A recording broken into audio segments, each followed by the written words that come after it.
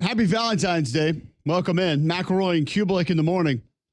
Doing what we all love today, talking about college basketball. Number 1 versus number 2 in Tuscaloosa tomorrow, 3 o'clock on ESPN. You get the number 1 team in the AP poll, Auburn Tigers, 22-2. 21-3, Alabama, number 2 in the AP poll. Head coach of the Auburn Tigers, Bruce Pearl, is with us in 10 minutes. Head coach of the Alabama Crimson Tide, Nate Oats, is with us in 30 minutes. You get both coaches, number 1 versus number 2, the day before they take the court, right here on McElroy and Cubelic in the morning live. We will also talk to Butch Thompson, Auburn head baseball coach, at 9 o'clock this morning. We'll preview Auburn's baseball season, and that gets going tonight as well, or today. So SEC baseball going to be underway, and we're going to talk about that a little bit. This Auburn basketball team, number 9 in the nation in scoring offense, 84.8 points per game. Alabama, number 1, 90.5 points per game. Points allowed, 66 for the Auburn Tigers. They allowed 67.7 points per game. Alabama allows 78.5 points per game. That is 326th in college basketball.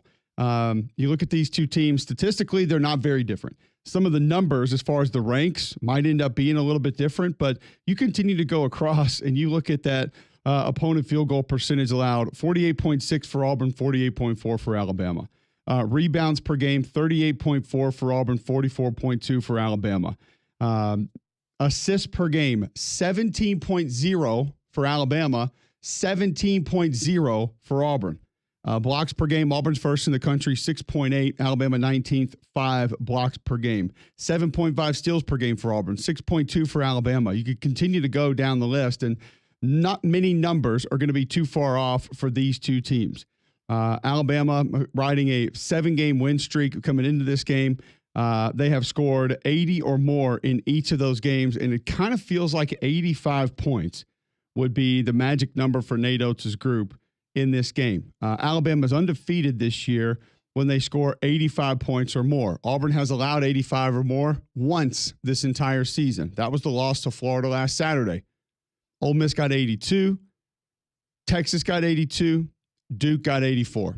So it's not something that happened against this Auburn basketball team much. It's something that this Alabama basketball team has done at a pretty recognizable clip, and something that they can get done in this game will give them a massive leg up. But our thoughts towards just kind of what this is in general, pretty immaculate to just think about that this is going to take place right here in our state tomorrow, just down the road, 45 minutes away from where we're doing this radio show, that we are going to get number 1 in the AP poll, number 2 in the AP poll, playing one another in SEC basketball. It is the first 1-2 matchup in SEC history. It's the first time that's ever happened.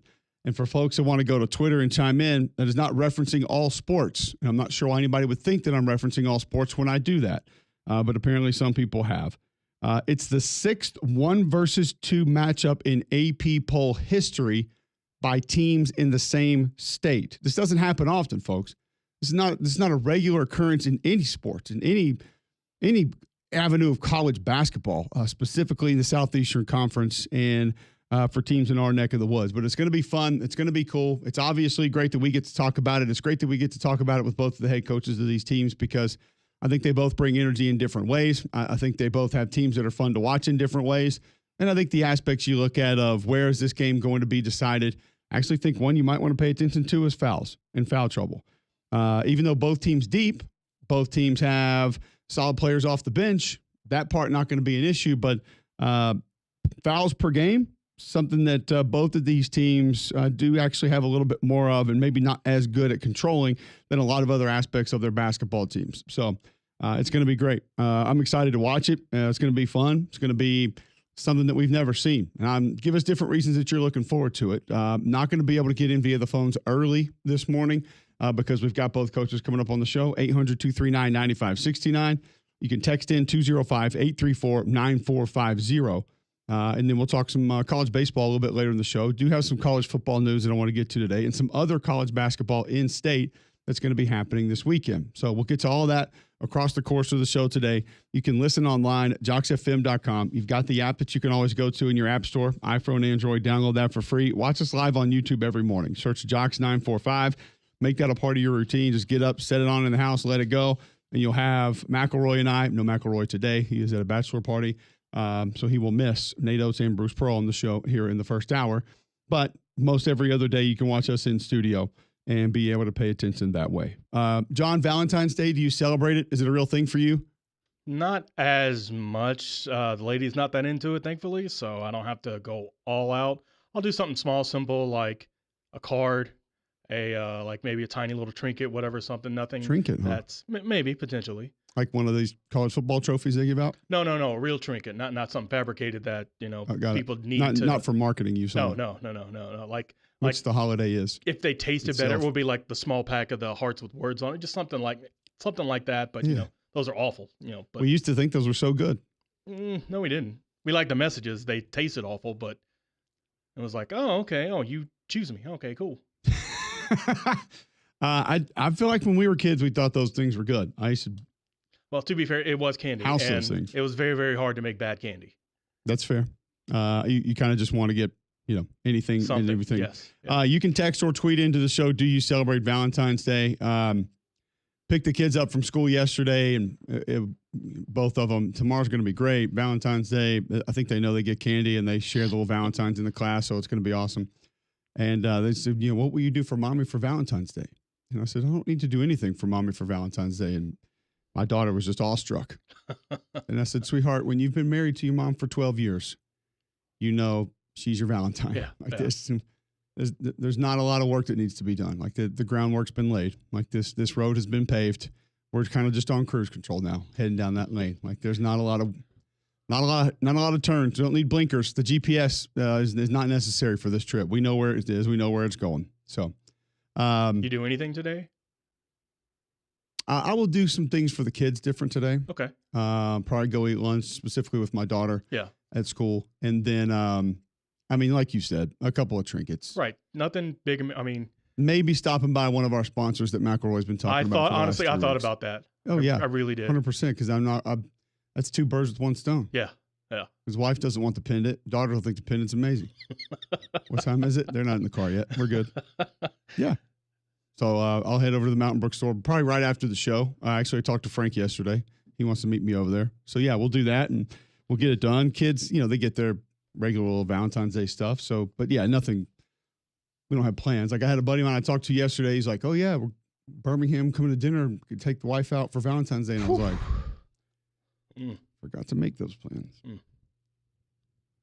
Thankfully, like you, my wife's not really into it. No, yeah. She doesn't get excited about it. She doesn't expect anything. She thinks cards are a waste of money, and not just for Valentine's Day, but anytime. In general. Oh, okay. Yeah, which is good. I like out because get the kids some construction paper. So get going. My lady's mom is Make all some into cards. it. Like she gives us stuff for Valentine's Day, and I'm like, uh-oh. Does that mean I have to get you something? Hope not, because I haven't. So we do want to hear from you. Do you celebrate it? Do you spend money on it? Is this something that you put a lot into? Let us know at Mac and Cube. You can tweet there. When we come back, Bruce Pearl, head coach of the Auburn Tigers, joins us right after this on McElroy and Cubelic in the morning.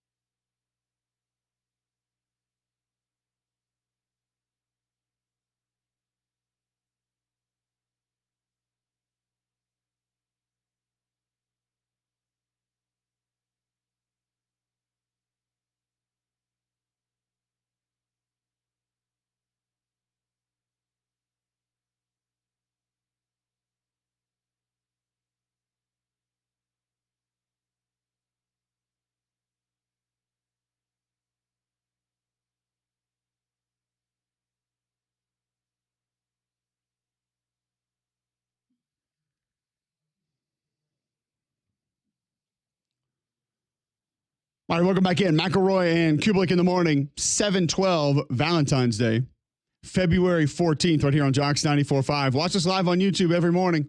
Search Jocks 945, and you can tune in that way, see what's happening here in studio, watch how everything goes down, and make that a part of your daily routine. Number 1 versus number 2, Coleman Coliseum, 3 o'clock on ESPN. Head coach of the Auburn Tigers that will be that number 1 team in that matchup, Bruce Pearl, with us now on the Buyers Right Hotline. Coach, I think a lot of times people wonder about the distractions and this game getting a lot of noise and everything that happens around it, but how your team handled themselves during the week with a midweek game before this game is happening. Did that sort of give you an idea that you were going to be able to manage it and the message was going to be clear that there was business to be taken care of and can't be thinking too far ahead? Yeah. So I think that the league is so good, and every game matters. That I don't think there's any looking ahead. There's enough pressure and opportunity to go around. And so it's been a really normal week. Now imagine as we travel to Tuscaloosa today, we'll begin to start to feel the energy as the game gets closer. Coach, I liken most things in life to football just because that's kind of what I know. And you play against an offense that throws the ball around, can score a lot of points. You want to go out there, play ground and pound, kind of work the clock a little bit, at least not them get into a rhythm, getting up and down the field, maintain the possession as long as possible. How much control could you have of that in a basketball game if you were to decide to play that way? You could have some, control because, if you were playing against a pressure defensive team that made you go faster, then you'd have to go fast. Alabama's not going to do that. But we're a team that likes to play at a fast pace also. We just don't play quite at the pace that they play. So I think the bottom line is this. When we have the break, we're going to take it. We got numbers, we're going to take it. When it's not there, we're going to continue to work for a high percentage shot. Auburn offense is the number 1 efficiency offense in the country. Alabama offense is the number 1 scoring offense in the country. So, both teams are really, really good offensively. And we just, we do some things similarly. A crazy hectic pace, I think, would be to Alabama's advantage. Bruce Pearl, head coach of the Auburn basketball team, joining us now on the Buyers Right Hotline. You're first in the nation in blocks per game. You guys average 7.5 steals per game. From a versatility standpoint, Coach, where does this team fall compared to other great teams that you've had? Yeah, I think we're fairly versatile. Offensively, we got good inside-out ability. Which I think makes us pretty efficient offensively. Defensively, when we've been really good defensively, that's when we've had the most success. We were really good defensively against Houston in our opener. We were really good defensively against Purdue in our matchup in Birmingham. And when we've beaten the best teams on our schedule, the defense carried the day. When we lost 2 games to 2 Final Four teams, Florida and Duke. Both had very successful nights on the offensive end. And if Alabama has a big night offensively, we won't beat them. Bruce Pearl joining us. And what would it take for you guys to have a big night offensively? Is there a specific player, a part of the offense? I don't want you to give too much of your game plan away, but is there an aspect of what has to happen? Jedi Broom's always played well against Alabama. We have had some advantage on the inside the last couple of years. Now, Alabama's built differently. They start 3 guys, 6'11" across the front line. And so we whether we have the advantage or not, we're going to find out. But Jedi's always been really, really good. We've got to have a great balance of his post presence along with Channing Johnson, Dylan Carwell, along with our guys on the perimeter, be able to shoot and make open shots. I don't think, and I think the last thing against Alabama will be really important, especially in Coleman Coliseum, is to take care of the ball. They had 18 points off of our turnovers last year. So if we can take care of the ball and handle their pressure, the thing about Alabama, they're known for their offense, but when they are engaged defensively, that's when they're really good too. How important will be switching on defense for you based on how this team is capable of shooting? Well, it'll be important, but it's sort of the risk is when you switch too much, then you compromise yourself on the boards, and that's one of the ways that Alabama can beat you. Also, is they will do a great job. If you're going to switch and put smaller players on bigger players, they're going to beat you on the boards. Can you explain that to me, Coach, a little bit further? The switching portion and why that that works against you from a rebounding perspective? As you know, my basketball brain is not anywhere near where yours is. I would just love kind of further explanation on how that works. Sure, Alabama's will put 5 guys on the floor, 4 always, but sometimes 5. That you have to guard from the 3-point line. Therefore, they'll run things where you put 2 guys on the ball and 1 guy's going to be open. So if you do some switching, your bodies on bodies, and that allows you to defend the 3-point line. What you give up is then when you've got a smaller player on a bigger player, and that happens to us all the time because people switch us a lot, and now your guards are in position where they've got to keep their bigs off the boards. And the last couple buckets at Coleman Coliseum last year were when we got involved in some switching, and they got a couple offensive rebounds, and that was the outcome. Coach, we had a conversation. I can't remember we had a basketball analyst on earlier this week, and we were talking about your team, and Janai Broom came up, and you just mentioned him a few moments ago, and something that had never crossed my mind, but when you sit back and think about it, would absolutely be feasible in today's college athletics was, he had the shoulder injury also, and I think it was Dr. Emblem actually when he joined us yesterday, and he was saying, listen, the thing you need to know about Janai Broom is there's a lot of guys that wouldn't even have kept playing. They just would have said, I'm going to go get ready for the draft. And I never really thought about that, Coach, but that is a very real thing in today's college athletics. What does it just say about him? And then what does it say about your program that he wants to get back? And he's gotten back out there pretty quick after both of these injuries as well. It's not like he took his time. It really is unbelievable. And it's a great part of his story as player of the year that hasn't really been talked about very much. Listen, he hurts his shoulder against Georgia State on a Tuesday night, and we're going to be playing Purdue on Saturday up in Birmingham. And, whether the shoulder dislocates or pops or does whatever it does, and there was no damage, obviously, something happened there. And he goes and gets rehab. And fortunately, the doctors felt right away there wasn't an injury because he had his full mobility. But look, why brace it up against Purdue? You're already, you're playing great. You got a professional career. Why take the risk? Why put yourself out there when you're not at 100%? Because you might look bad against, Purdue, who's has a really good center. Well, he goes out there and he plays and he bangs. After that game, his shoulder was actually sorer than it was after the injury, and yet speaks volumes about Janai Broom, about the family. He cares about that name on the back of his jersey. It's tattooed across his shoulder, so if he takes his shirt off, you see Broom on the back of his shoulders, just like you would if he was wearing an athletic jersey. Now he doesn't have Auburn tattooed across the front like he does, not quite as big as the last name. But both of those names matter. And look, he is not 100% right now. That ankle's not 100%. It's not a risk of injury. It's just he's never been like a big jumper, and now it's harder for him to jump off that thing. And yet, so he's not playing as well. He's not finishing quite as well. His shooting percentage is down a little bit. People aren't doubling him as much because they think they can guard him one-on-one. Well, a lot of guys are, well, boy, I'm putting myself out here, and I'm hurting my draft stock. Well, he's not, because I think the pros know, my goodness gracious, kid's playing out here on a bad ankle.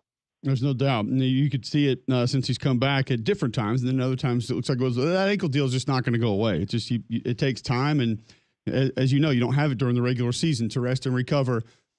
The meaning of this matchup, the meaning of this rivalry, and people have always asked me about playing in it from a football perspective, and I always described it, Coach, as one of the cleanest games that I played in, and people were always confused by that and wondered why, and I said, my thought to that is just always that you're so hyper-focused that you don't let a lot of the extracurriculars in.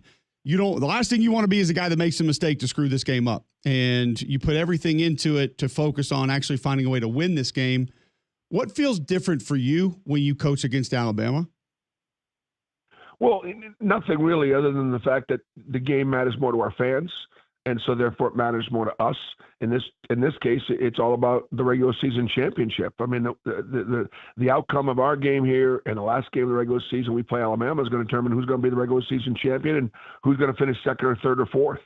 And so it's that matters the most. And, a couple of games that we played in this year that were some of the more physical games we play, I'll point to 2 of them. I'll point to 3, Iowa State, Houston, and Tennessee. Okay, all 3 of those games were as physical as any games we played all year long, and yet they were really clean, as you said, really clean games. And it'll be determined about whether those games are clean at Coleman and Neville based on how the coaches and how the players handle contact and respect one another and honor the game. There's no doubt. Coach, I know it's busy. I mean, it's Valentine's Day, so I know you got a lot going on just from that perspective in general. So, yeah. Valentine's Day is my real focus today. Absolutely, 100%. That's all I'm doing around hoops and giggles and sending cards and hearts and chocolate and candy and. Well, Coach, we appreciate the time. We love catching up with you. It's fantastic. We wish you the best of luck tomorrow. It's going to be an amazing scene and pretty cool that you guys are going to be in it as the number one team in the nation. Thanks for carving a little time out for us today. 1 versus 2 never happened in the SEC before. Who'd have thunk it would have been Auburn and Alabama? Never, Coach. It's amazing. It's so cool to think about just what it is and what you and Nate have both turned this into. It's pretty cool to think about, and a lot of special things happening in Auburn because of you. Not just Auburn basketball, Auburn athletics because of you, Coach, Amen. And we all appreciate it. War Eagle. War Eagle. That's Bruce Pearl, head coach of the Auburn basketball team, joining us on the Buyers Right hotline for all your insurance, financial, and HR needs. It's Buyers Right Insurance, a Higginbotham partner. So, listen, I think Bruce is pretty honest most times when he joins us to say, it's not super different from him from a coaching perspective, but then to hear him follow it up with, well, I know it means a lot more to the fans. And coaches feel that. Coaches know that. That's a real thing. It might not mean there's more pressure. It might not mean that you coach your team differently, but it does give things a different feel. There's more energy around it. There's more buzz around it. You hear from more people like me asking you to come on their radio shows. And Bruce kind enough to do that for us when, the college basketball game of the year is happening in Tuscaloosa tomorrow. And that's not really debatable. So it's pretty cool to think about where we are, both with Auburn and Alabama right now. Like Bruce said, none of us thought we were going to get here. None of us ever thought this would be a real thing, that number 1 and number 2, Auburn and Alabama, are going to be playing at Coleman Coliseum. And like he said, have so much to do with NCAA tournament seeding, SEC regular season championship, SEC tournament seeding. We've maybe had this game to see who is going to be seeded at all and get in, but not from this perspective. Not both teams fighting for an overall number 1 seed. And that's beyond cool and amazing. We'll talk to Nate Oats here in 10 minutes. Tell you about your CBD store. If you're looking for a better night's sleep, they have products that can help you with that. If you have arthritis, you're walking around a little bit gimpy, the knee, the hip, the feet are hurting, if they're aching, they have products that can help you with your arthritis, your anxiety. If you need to focus better throughout the course of the day, they have products that help you with that. All at the largest brick-and-mortar CBD retailer in the world. Your CBD store, first company to have USDA certified organic oil supplements. To get that stamp seal, these products have to meet and achieve a certain set of standards and tests to be signed off on. Your CBD store. Make your daily routine better or your pet's daily routine better. They have products that will help your pets with their skincare, gut health, arthritis, anxiety as well. So stop by one of their 3 locations, Highway 280 by Bailey Brothers, 150 by the Cage in Cleaver, Trustful just off 459, your CBD store where good health hits home. Alabama head basketball coach Nate Oats joins us next on Mac and Cube in the morning.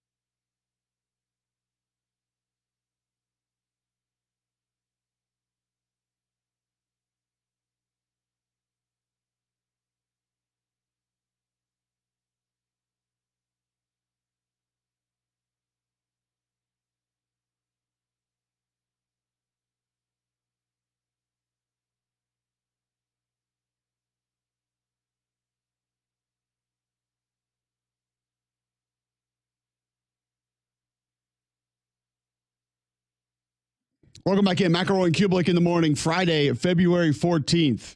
Valentine's Day, 7:28. Your love for the Alabama-Auburn rivalry? If it's deep, then our gift to you today is Bruce Pearl and Nate Oats in the first hour of the show. Auburn head basketball coach just joined us. Excellent interview. You'll be able to catch it on the podcast. Go back, watch it on YouTube once the show has concluded, and you can watch us on YouTube every morning. Search Jocks945. Tune into the show that way. Number one, number two, coming up at Coleman Coliseum tomorrow. Auburn 30th in breakaway points per game, fast break points per game at 29. Pace and tempo, something Bruce Pearl kind of talked about us with and said, hey, we can go fast if we need to at times. We can ramp things up a little bit if it needs to be that way. And we know that Alabama's going to. They want to get outrun. They want to spread the floor. They want to shoot threes.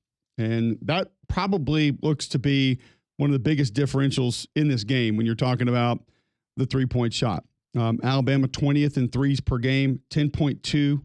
Auburn just 43rd, though, at 9.5. It's like you see the ranking, and 20th and 43rd, you think there's this massive differential, and then it's 10.2 to 9.5. Now, 3 points attempted per game, Alabama going to be 12th at 29.8. They've made 715 threes, or attempted 715 threes. Auburn, 25.5 threes per game. They've attempted 611. So more than 100 more threes attempted by Alabama's group, and Alabama actually defends the three a little bit better than Auburn does, allowing opponents to hit 29.3%, and Auburn allows opponents to hit 25.5%. So it is, I mean, listen, it's both these teams statistically are great in a lot of different areas. Both these teams do a lot of things well. We know the strengths of these teams. I don't think depth is going to be something that is a massive difference here. I don't think that makes a huge difference. Perimeter defense, as you heard Bruce Pearl talking about, potentially having some issues rebounding after attempting to switch defensively, and something Nate's good at with how he draws it up. And you get guys like you got against Texas that are knocking down 90% of their threes. It's going to be a problem for any team. I don't care if you're switching, playing man, what kind of zone you're playing. It's just going to be an issue. They'll get you out of it, and it'll be a problem. So I'm excited about actually the matchup, what it means. I thought what Bruce Pearl said about Janai Broome and what he means to the program, and brought him up first, that he is someone that probably has to be big in this game, has to be a controller of the physicality, has to control things in the paint, maybe force Alabama to collapse a little bit more defensively, which could prevent them getting out on the run just a little bit more and prevent them from getting going offensively just a little bit more. But there are a lot of reasons this thing is going to be exciting. Broome is 7th in rebounding per game, 10.7. He is 67th in points per game, 18.1. And you would have to think that one of the first names that would come out of anybody affiliated with the Auburn program's mouth would be Mark Sears and his ability to control a lot of different aspects of the game and what kind of player that he can be specifically when the ball is in his hands and how he facilitates things. 80th in points per game, Mark Sears is 17.8 points per game. He is 57th in assists per game as well. We know how important he is to this Alabama team. We know what he does, a little bit of ups and downs, a little bit of a roller coaster earlier this year, but obviously has seemed to get that back on track and can be somebody that absolutely goes out and makes a big difference with where this game goes and how this game goes. He can knock down shots from behind the perimeter as well. So one that I think when you look at exactly what Sears is and what he does for this team, it's going to be valuable. And it's just how much of it is there and how much does this team have to do differently on offense that may have to go through him first. So it's one that I know we're excited about for a lot of different reasons, and the numbers may be a little bit different in one or two categories, but it is wild when you really dive into it, just how similar statistically the teams are. You wanted to go back and you look at fouls per game, something that I thought might be a little bit of an issue in this game. Auburn's 268th fouls per game, 18. You look at Alabama, 297th. 440 fouls for Alabama, 431 for Auburn. So not a ton differential there, but two teams that are over 250th nationally in fouls per game. So 18 and 18.3. Rebound margin, 7 for Alabama, 5 for Auburn. It's just none of these numbers are dramatically different. You look at some of the defensive numbers for Auburn, they're a little bit different. Some of the perimeter shooting numbers for Alabama, they're a little bit different. So maybe it comes down to defending the perimeter for this Auburn basketball team. If they can make that a difference, if they can make that something that they're successful with, that could be the reason that Bruce Pearl's team goes into Coleman Coliseum and finds a way to win. We will get to some other college basketball as well as we wait on Nate Oats, trying to get him on the show. Last night, North Florida goes down to UNA 83-70. UNA out rebounds North Florida 53-30 last night. All 5 starters in double figures for UNA. They're now 18-8 on the season. We'll take a break, try to get Nate Oats on the other side so we have enough time once he does join the show, and get the Alabama head basketball coach with us next on McElroy and Cubelic in the morning.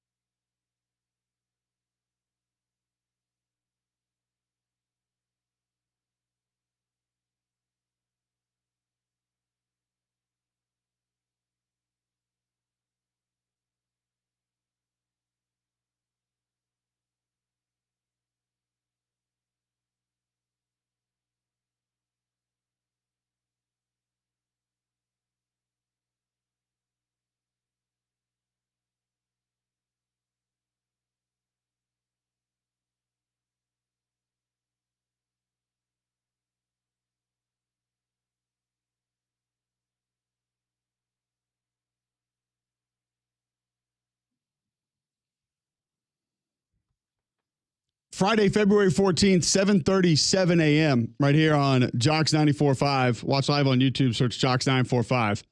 Some other college basketball news from last night. Jacksonville State goes down to Sam Houston State, 66-61. Jacksonville State falls to 17-8. Shot 42% from the game, 9 of 25 from behind the three-point line. The difference may have been the free throws in this one last night. Sam Houston State, 7 of 18 from behind the three-point line, but they were 13-60 from the free throw line. Jacksonville State, 4 of 7, so only 7 trips to the free throw line. Lamar Wilkinson, 29 points after going 6 of 9 from behind the three-point line for Sam Houston State. Jaron Pierre goes for 21 points for Jacksonville State. South Alabama takes down Marshall in overtime, 91-82 last night. The Jags now 17-9 on the season. How about Marshall? The Jags, 2 of 13 from behind the three-point line. 27 of 33 from the free throw line. Marshall, 8 of 11.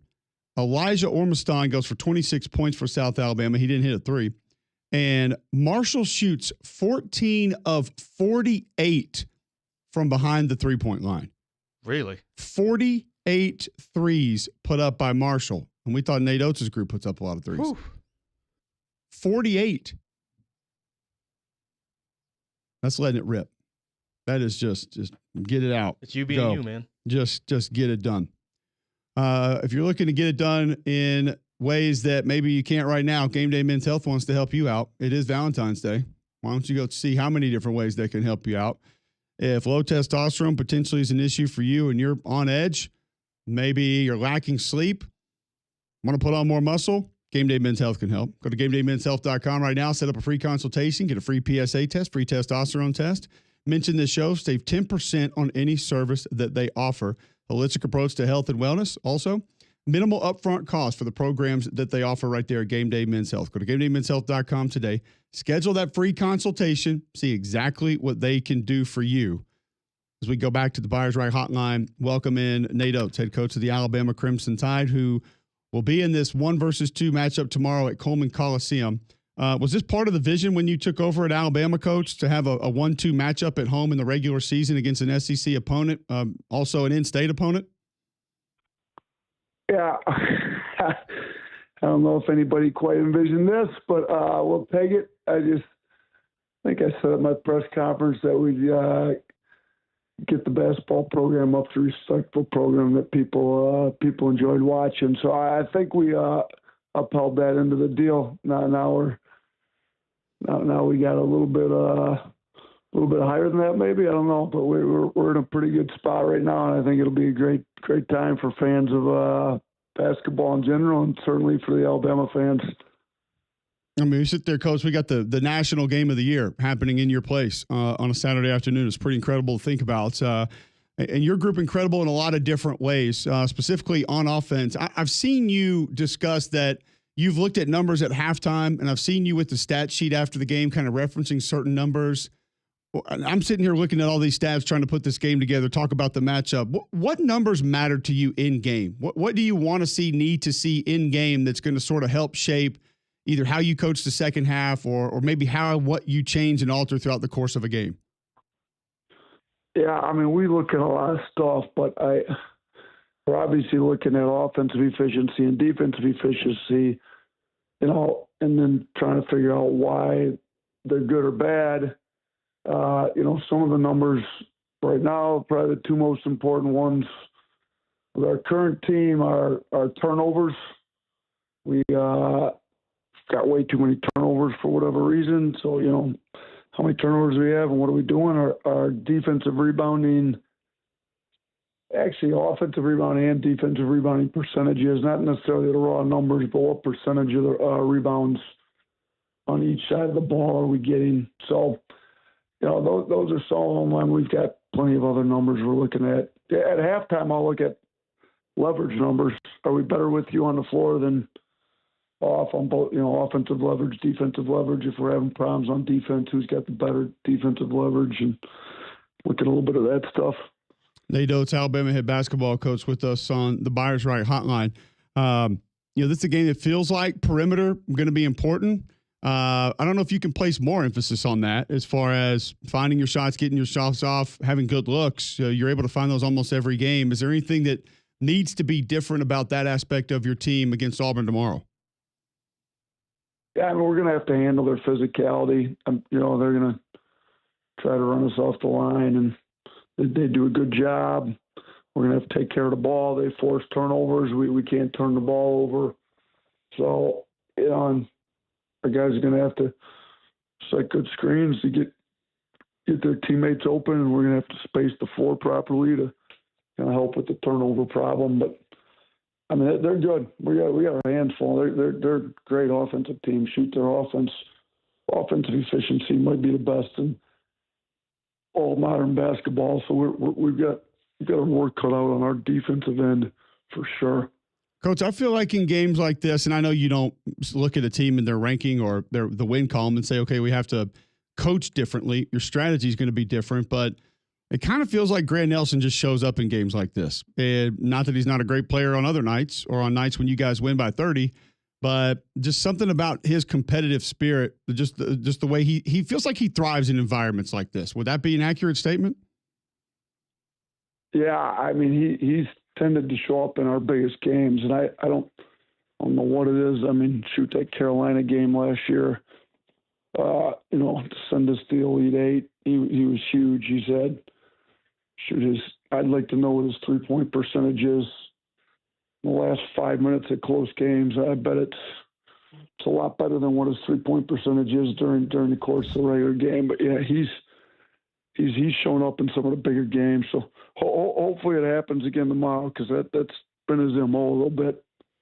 Does the lineup need to be bigger against this Auburn team on a more regular basis than what you maybe spend the majority of your time playing?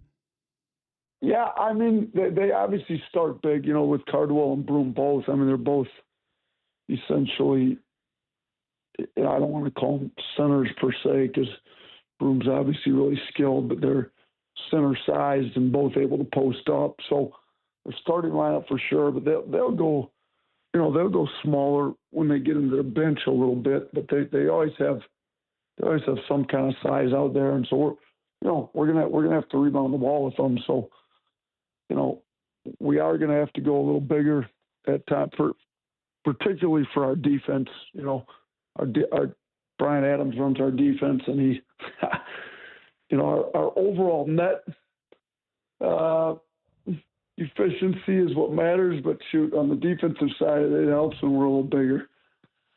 Obviously, against this team, you're gonna have to find ways to make that just a little bit different. And you've been pretty vocal about how hard you've coached this team this year, and that you haven't been afraid to make some tough decisions with this group. What does it say about the maturity of your team to not only continue to play good basketball, but maybe continue to improve across the course of this year when you have leaned on them a little bit? You know what? I mean, they're good guys. They want to win. I think that's the most important thing. When you want to win, you handle coaching. You want to be held accountable, and we've got good leadership too. I like our. I think Chris Youngblood's come in. He's won everywhere he's been. He helped turn Kennesaw State around, South Florida around. He's provided leadership. Mark Sears has really stepped up. He's kind of a quiet guy, but he's stepped up his vocal leadership a lot more. He's playing a lot harder on defense. So, and we don't have any real issues. There's no real problems, if you will. Like, there's no distractions. Guys want to be coached hard. They want to win at a high level. They want to be held accountable, and that's what we're doing. There's no doubt about that, Coach. And rivalry games sometimes are different. I know in basketball it's a little bit different than how my brain would work in football, in that you get it multiple times in a season. Do you feel different? Does it hit you different when you coach against Auburn, actually in the game? I mean, it's intense, and and you're going against high-level talent because they do a great job recruiting. You're also going against a really good coach that makes adjustments. I mean, you got to be on top of your game. This isn't a game where you can go in unprepared. Like, you have to be on top of your game and got to do a great job in all aspects. And I mean, shoot, that you can do a really good job, and they just make some tough shots sometimes too. So it's the intensity. It's definitely a lot higher than. I mean, we've got really good teams in the SEC, so the intensity's high in most of our games. But this one will be a little bit different level. I feel like you enjoy that though. Like, you have a little bit of that edge about, like, if this were professional wrestling, I feel like you would want to be the heel. Like, you would want to be the guy, like, you would thrive with the booze and things of that nature. Like, the more intense it gets, we see you kind of grin and smile in moments that a lot of people we would wonder, like, oh hell, what's going on with them? But like, it almost feels like you enjoy the bigger the moment gets. Yeah, I tell our guys, man, this is why we do what we do. We don't put all these hours in the gym and spend all this time prepping for bad teams and bad games. Like, you work your tail off to go against the best, to put yourself in environments that that test you. So I do enjoy it. Shoot, it goes back to my high school coaching days back in Detroit. We had some wars with some teams there, and I enjoyed it. Get out of the gym sweating. They're so hot, but it was a lot of fun. So it's a lot more fun when you win, but it's a lot of fun being in the battle to begin with, anyways. No doubt. What was the biggest rivalry from your Detroit high school coaching days? What was when I got to Romulus, the big rival was Belleville, and they were in our district. They were right next to us. We bordered, but the rivalry to get to state, or depending on how they arranged it, was Detroit Pershing. We had some wars with Pershing. In the quarterfinals to get to the Final Four, played it in Callahan Hall. There were UD Mercy plays. We packed the place out. We had some, I think, 32 minutes of high school basketball. I think the final score was 94-93 in the one. Yeah, it was. We were both, I think, both top 10 in the country at one point. That was my last year there. They had a guy playing the NBA. I mean, we all had a bunch of Division I players. Those were good times. I can imagine. Yeah, there were some good rivalry games back then, though. Well, you'll get it going tomorrow, Coach, and I know your team will be ready to show up. We really appreciate the time. It's always great catching up with you. It's been awesome to watch your group this year, man. They're a fun watch, and wish you the best tomorrow. I appreciate it. Thank you. There you go. Yeah, we'll see you tomorrow. All right, thanks, bye. Coach. Nate Oats, head coach of the Alabama basketball Crimson Tide, joining us on the Buyers Right Hotline. And I don't know, do you get that same feeling about Nate that I do, John? That he'll give you a little smirk, or he kind of laughs it off sometimes when you wonder if guys are going to be able to kind of keep their calm or whatever it is. Like he would be a heel if we're putting wrestling absolutely. together. And like Bruce would be Hogan, yes. One of those guys. Like he can rally the troops. He's going to be able to sell all the merch. Nate Oats is Piper. Yeah, that's I like that. He's happy to be the face, but he's much happier and more suits him to almost be the heel. And listen, for people who might think that's negative, like I loved it. Many wrestlers. I love going to Gainesville and being booed. I love when LSU fans threw the miniatures at us when we were walking on the field. Like I loved it. I love people say hating they us. want to be the heel, like Absolutely. they want the heat because they know they can get the crowd like that. Yep. Yeah, it's just different personalities. Different type of energy, but it's just that when you watch him, I feel like that's how he operates. When the moment becomes more intense, he just his calm goes down just a little bit, and it feels like he enjoys it more, the more that is on the line and the more pressure that's hitting him at an individual time. So it's going to be a war, man. Like you heard Nate talking about some of those rivalries that he had as a high school basketball coach in Detroit with D1 guys, NBA guys, and that's what this one's going to be tomorrow. You've got maturity, you've got experience, you've got guys who've played in this game, in this rivalry, that understand that gym, even coming in, it being on the road. You've got players off the bench that haven't been in it that can make a difference in this game. That obviously, you got one playing for Alabama that played for the other team. I mean, this is what it's supposed to be. Just big time college sports in a lot of different ways. Like two coaches that are to easy enjoy watching what they do, two teams that play awesome brands of basketball, and we're going to get number 1 versus number 2 tomorrow. I'm excited about it. It's going to be a big moment in our house. We already got the kids pumped up, ready to go. We'll have our youth basketball game out of the way in the morning, and so we'll be able to kind of dial in on it late in the afternoon. I'm looking forward to it. What's so funny? Why do you laugh, John?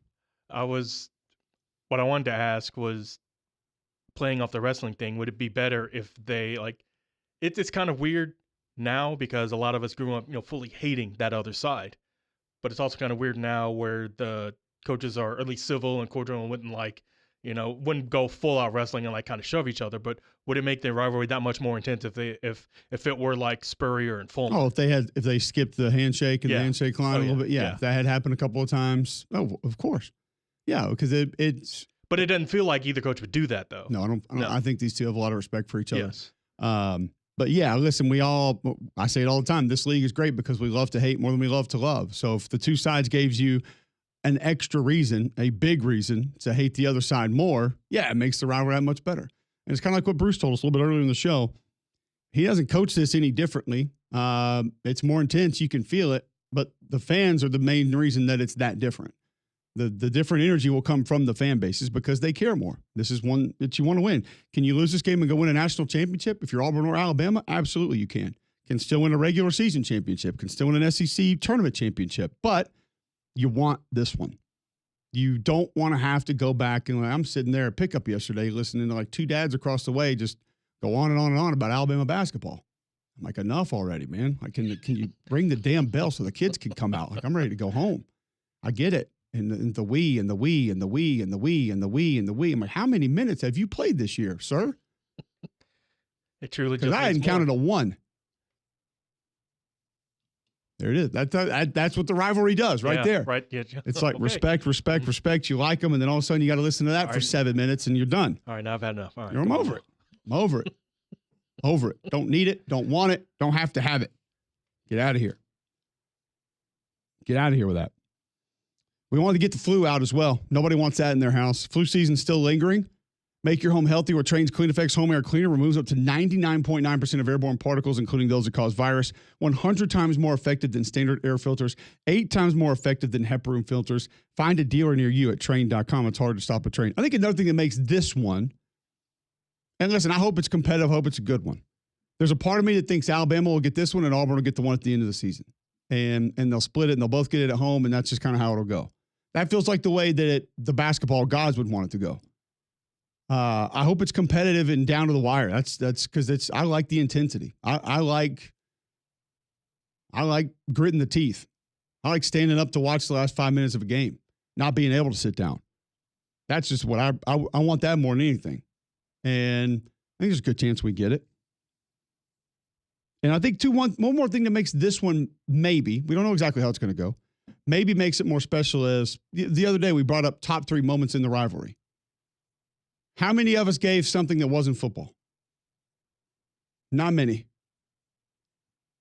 You know, Reggie Sharp hitting a shot, whatever. I mean, but there have not been a ton of these games.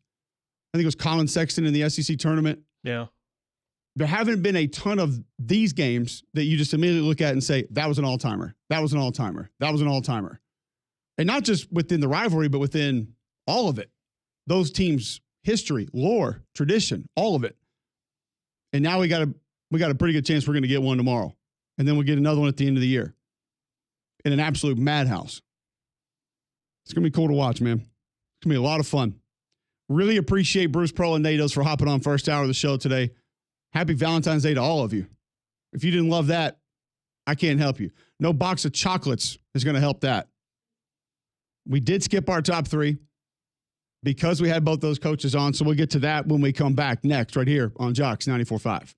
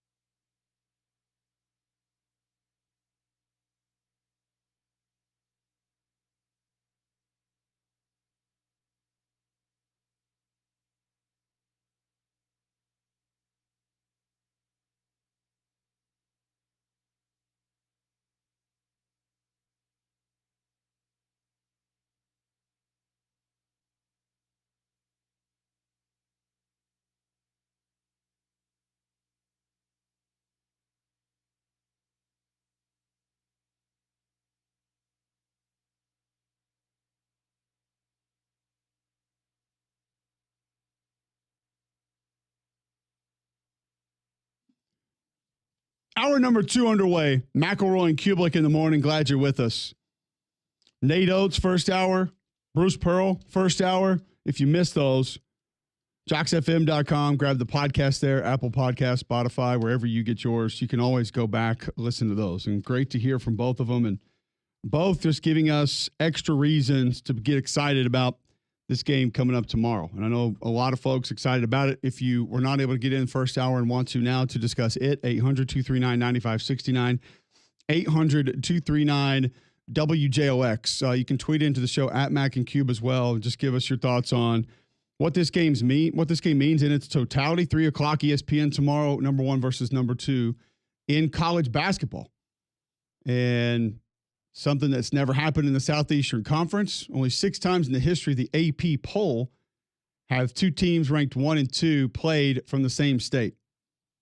And to sit back and think about kind of, where we are, what we're doing, how this thing's going to look tomorrow. College game day going to be in town.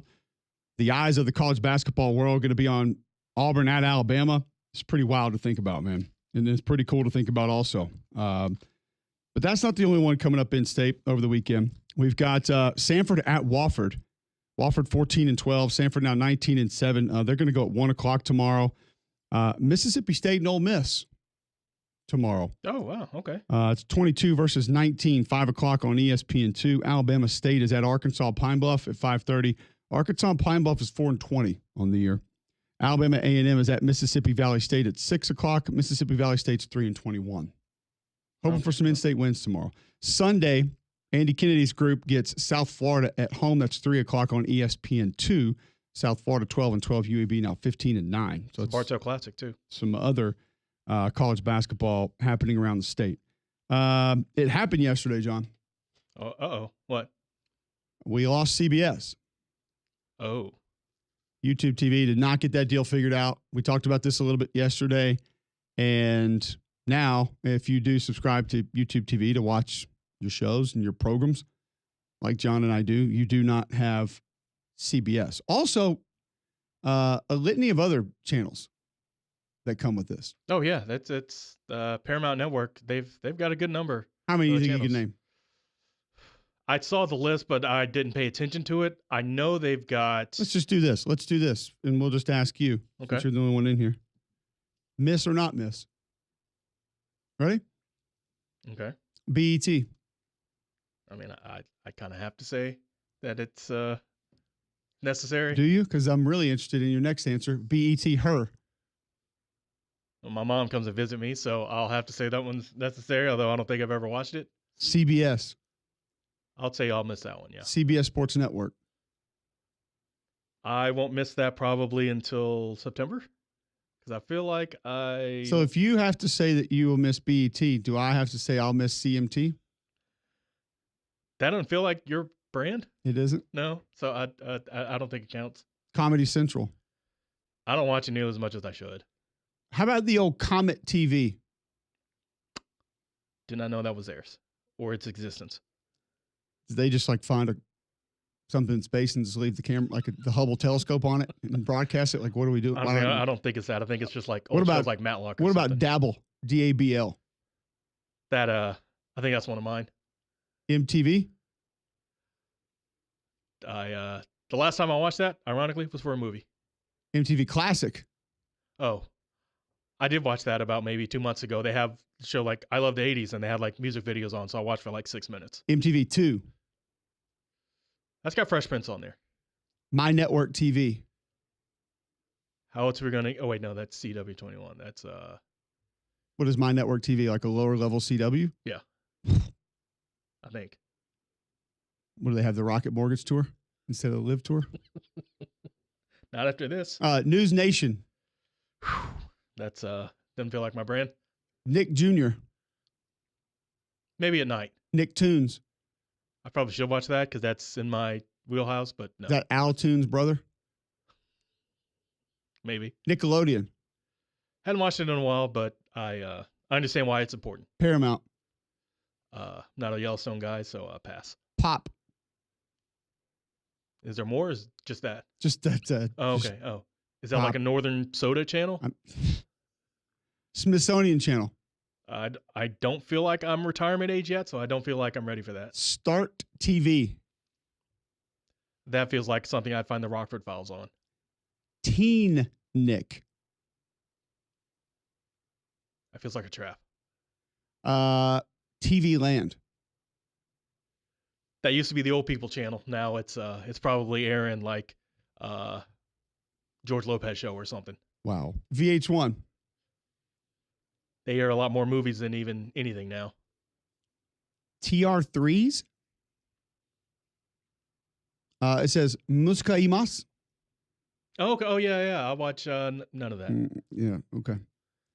So a lot of people have been out of shape about this, but I think in reality it's coming down to one or two channels that we may miss. Yeah, if that, yeah. It feels like a lot of them have an alternate that we could find that we would be okay. Now, there may be some March Madness, probably not that. There will be some times that UAB will play on CBS Sports. Yes. On basketball, so that was unfortunate, but thankfully you can listen on Jocks too, so I know I can still get it. For now, I think it's 32 days now until the first four begins. Although I guess that's technically Warner. So also keep in mind, not just the NCAA tournament, March Madness coming up, Masters also coming up. Oh, now we got. Well, he's not here, but now we got Greg's attention. But there's no reason to think that I saw a lot of folks yesterday saying, I'm done, I'm out, I canceled it, that's it, forget it. Okay. There's a lot of time. Yeah. Do we really not think that this is going to be done before the NCAA tournament? Let alone whatever option you go with, we'll have a dispute at some point. So that also you're is just probably shifting your money, take place. right? Yeah. So we talked about it a lot yesterday. Thought it was interesting that people are upset, people mad, people angry, and yeah. All right. So either way, oh well, I think we'll be just fine. Yeah, but it will come back. Although I saw that they had a temporary, I guess, ceasefire, but I guess that literally was temporary because CBS was on last night. I watched a little of that and then wake up this morning and it's gone. Okay. Interesting. So they can work together if they really want to, but. All right, let's get to our top three. We bring it to you each and every day. Sometimes sports, sometimes pop culture, sometimes relevant sports, sometimes not sports at all. We know what day it is today, right?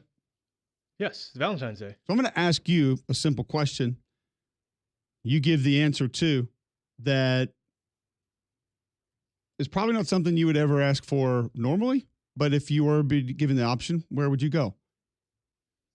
And you can go any direction you want with this. I'm not closing the doors on anything. Gift, dining, individual item. Okay. If you could have three things for Valentine's Day, what would those three things be?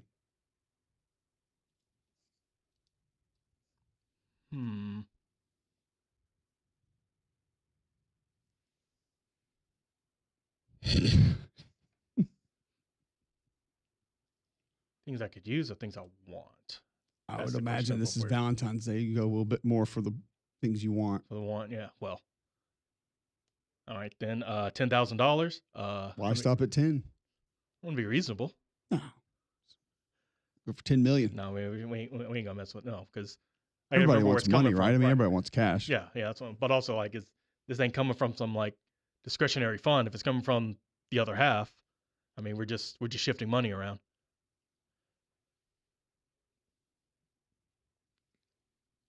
I'll make mine pretty easy for you. Okay. Oreos, pizza, okay. Alone time. Oof. You can put whatever connotation on the last one that you would like, but I will not go any further into it. That's it. That's all. That just no milk. You heard my three. I'm not. Okay. No more details. Okay. That's all I got for you. Then for me, peace and quiet, pizza, Oreos. I would like to see a movie. Is there a specific one? Nope. I'd be happy. I mean, I enjoy going in the theater. Well, let me take that back. I want to see a good movie. I don't want to walk in and be like, oh, Deuce Bigalow. Like, no. Like, I want to see something like, it can be something I've seen, and that's fine. Something I want to enjoy. I want to do something that will cater to me. Number 2, lasagna. Because while yes, I love pizza, I also feel like I can get pizza all the time. Sure. Lasagna, good lasagna. It's a little bit harder to find, and also it feels more rarity, more of a I treat. think Olive Garden opens 7 days a week. They are, but also that would get me in trouble. Would you take the breadsticks or the lasagna at Olive Garden right now? If I had marinara to go with it, I'm just taking the breadsticks. Okay. I'm just, yeah, just going to smash that a bunch feels of easy. those. Yeah. And number 3, I would like a king cake without cheesesteak. The cream cheese kind, because that's a unholy alliance of flavors right there. Cream cheese king cake. Yes, there was one in the break room the other day that feels a little raisin in your salad kind of. You don't like thing. raisins in your salad? In your potato salad or chicken salad? No, that doesn't belong there. Okay. Raisins in like a leafy salad, that's fine. It gives you a pop of sweet. That's okay. That's cool. But like grapes and raisins in a chicken salad. All right, what are we doing now? Okay. I feel like we both went fairly simple there. Not complicated. The things that we want in life. Men tend to be simple creatures. No, We do not need some, much. not all. Well, yeah. I also did have a list from For the Win of 20 romantic movies streaming for Valentine's Day if you need those. What we got? Number 1, When Harry Met Sally. Okay. Have you seen the tape on that one? It's been a minute, but yes. Number 2, okay. Notting Hill, Netflix. It's a romantic movie. I don't know if it's an enjoyable movie, but it's romantic. Number 3, 27 Dresses. You have to have Hulu to get that. Okay, well, I do, but they will not be. Number 4, Runaway Bride. Paramount Plus, which you can now get with the $8 that YouTube TV is giving back to you for not having the Paramount network of channels on their platform anymore. If you're gonna watch Julia Roberts, there are other options. How to Lose a Guy in 10 Days, Paramount Plus. Whew, all right, now we're just starting to. Crazy Stupid Love on Hulu. That's actually a really funny, really good movie. Bridget Jones's Diary. You have to have Max for that. Okay.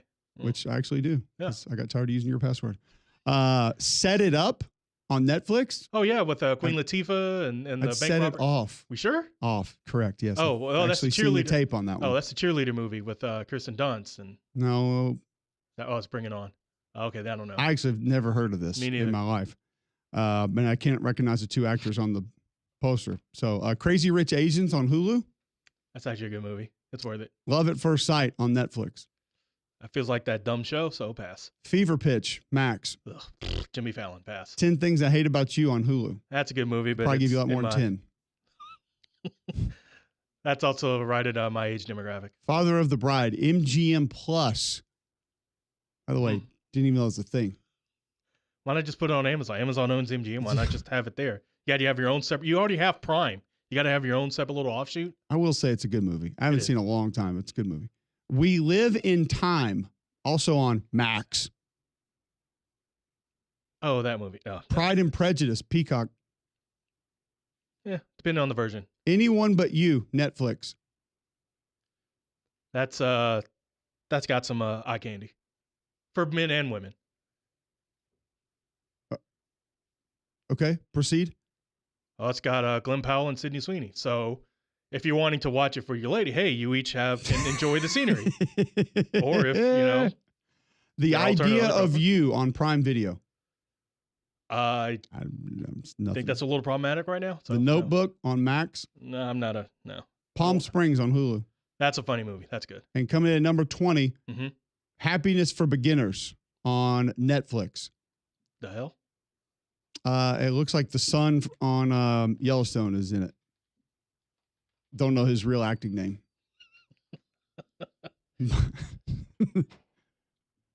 But yeah, there you go.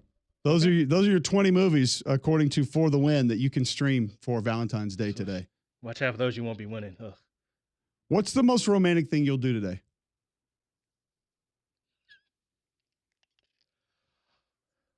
Okay. No. I was trying to say that show up. Yeah, I wasn't trying to. No. I wasn't going. Could also be taken out of context. Correct, right. Not where I was going with that. I was just. Kids could still be in the car. I wasn't going. What's the most romantic act you? Well, that never mind. I know what you're trying to say. I don't know how to say it. So. I left a card for the lady where she would see it, but I put another one in her car. So let's look, because we'll usually, again, something small, somewhat like that, but I just did a little bit extra. Greg Skipworth tweets in, how many of those movies can you watch without losing all of your testosterone? Well, good news is you got Game Day Men's Health. You just go to GameDayMen'sHealth.com, you get all back. It's also got to remember, ain't about you today, Playboy. It's about celebrating love. He also asks, how many of those romantic movies have you seen, Cole? It's at over under at 4.5. I think it was 3. If I went back through the list, when Harry Met Sally, I have not seen. I actually have seen Notting Hill. 27 Dresses is a no. Runaway Bride is a no. How to Lose a Guy in 10 Days. I think I have seen that. So what would that be, 2 or 3? I think 3 of them. Crazy Stupid Love, no. Bridget Jones' Diary, no. Set It Up, never heard of it. Crazy Rich Asians, no. Love at First Sight, no. Fever Pitch, absolutely not. 10 Things I Hate About You, no. Father of the Bride, yes. We Live in Time, never heard of her. Pride and Prejudice is a negative. Anyone But You, didn't know what it was. The Idea of You, no clue. Notebook, absolutely not. Palm Springs, no. And Happiness for Beginners, never heard of it. So 4? Okay. Vegas about had it right. Okay. Better than a lot of people thought. Yeah. He's cultured. Yeah. E. Robinson tweets in 3 things that he would want for Valentine's Day. Lifetime free, perfectly cooked ribeyes. I think he meant 3. Or free, perfectly cooked ribeyes for life. Okay. It's a good start. Wake up in Ochos Rios, Jamaica. No flight, just wake up there. And the old unlimited Horizona polka coupons. Cue the music. Jamie Bailey, 3, a day of doing nothing. 2, a great steak. 1, alone time. Feel like Again, open for your connotation. Right. Yeah. We're not putting a spin on that. That's whatever you people think that is. No spin, no bounce, nothing. No. Steak's big so far on Valentine's Day. Yeah. Corey Davison tweets in, I've been married 23 years. Wife doesn't really care for V-Day, but she does love steak, so I will grill tonight and make a dessert. Oh, all right. See, again, you don't have to go all out, just a little nice something. Now that could be unwrapping Swiss cake rolls and putting one on each plate, but you made it. You did it. A deconstructed chocolate log. Okay, all right. Okay, I have one more topic around Valentine's Day that I think we need to get to. There is a company that is doing something for Valentine's Day that you may find either egregious or perfect.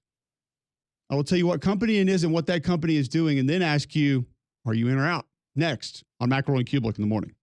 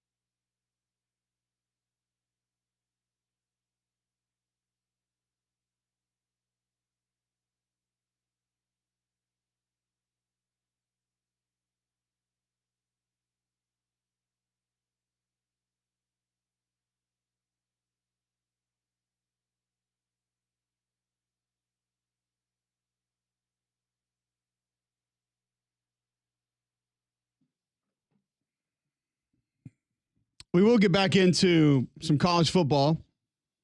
Matt Wells going to take over play calling at Kansas State.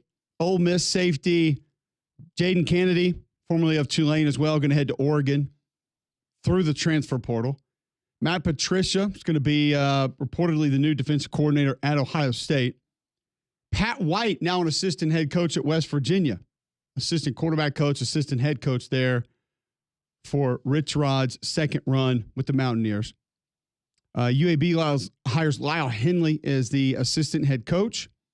So some coaching news floating around college football. I have a couple questions and topics I want to get to there. And I have a question for you that may float to our next segment. We've talked about this with football games because recently we've seen a game at Bristol Motor Speedway. We've seen a basketball game on an aircraft carrier. Is there a place that you'd like to see a sporting event? Like a random place? Like a place that you think would just be cool to watch a game? Like, I think if we set up a football field with like the pyramid, one of the pyramids behind the end zone. Oh, yeah. It'd be pretty sweet. Like you're kicking a field goal and the pyramid's just right there. That would be cool. Feels difficult for a lot of reasons, but I don't know. Think about places you'd like to see a sporting event. And then I have one that I bet is not coming to mind that may be getting a sporting event soon. So Valentine's Day, John. Okay. There's a company that a lot of us love, and I think a lot of people, specifically one that's not present today, like to act like they don't love because they think that people will make fun of them or it's just not cool. Right, yeah. And that company would be Domino's. Mm-hmm. I'm not trying to hand out freebies here, but we have Domino's occasionally at our house. Yes. I prefer them to other places. I like them. Cheesy bread is incredible. Yeah.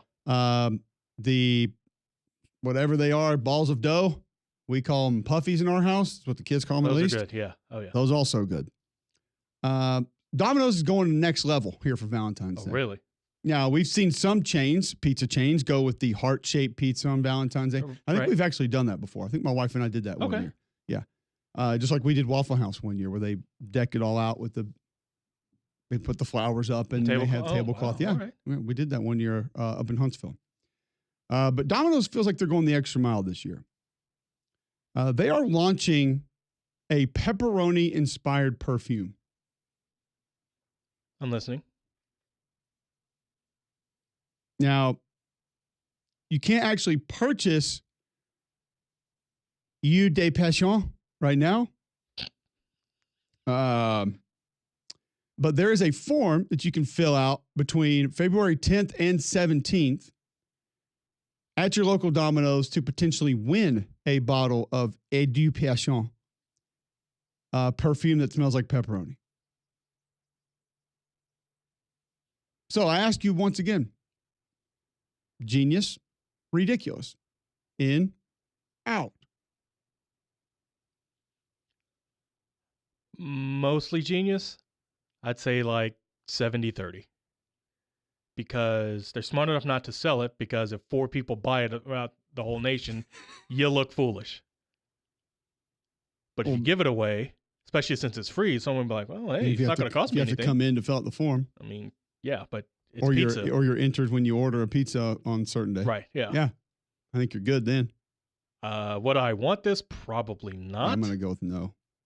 I'm just going to say pepperoni is my favorite pizza topping, so I wouldn't mind like randomly. I would almost rather like an air freshener of that rather than perfume or cologne. I don't think Valentine's Day can be all bad. Even though you and I have said that we don't put a lot into it, we don't spend a ton of time on it, don't spend a lot of money on it. But then you have guys like Scott at Welsh Scotty 74 via Twitter. What is Scotty? Who decides to share things like this today? A few ideas for Valentine's weekend. Oh. I feel like this is the old claiming a birthday month. Oh, okay, yeah. Uh-huh. There will be no weekend of celebration. Just like there will hardly be a day of celebration. People start to go with these kind of ideas, and this is when it pushes all of us into a corner and it becomes problematic. Yeah. Here are his ideas. Okay. Flowers/roses. Late night drives. Oh, okay. Put your own connotation on that one also. Personal gifts as opposed to business random. gifts? Yeah. Quality time.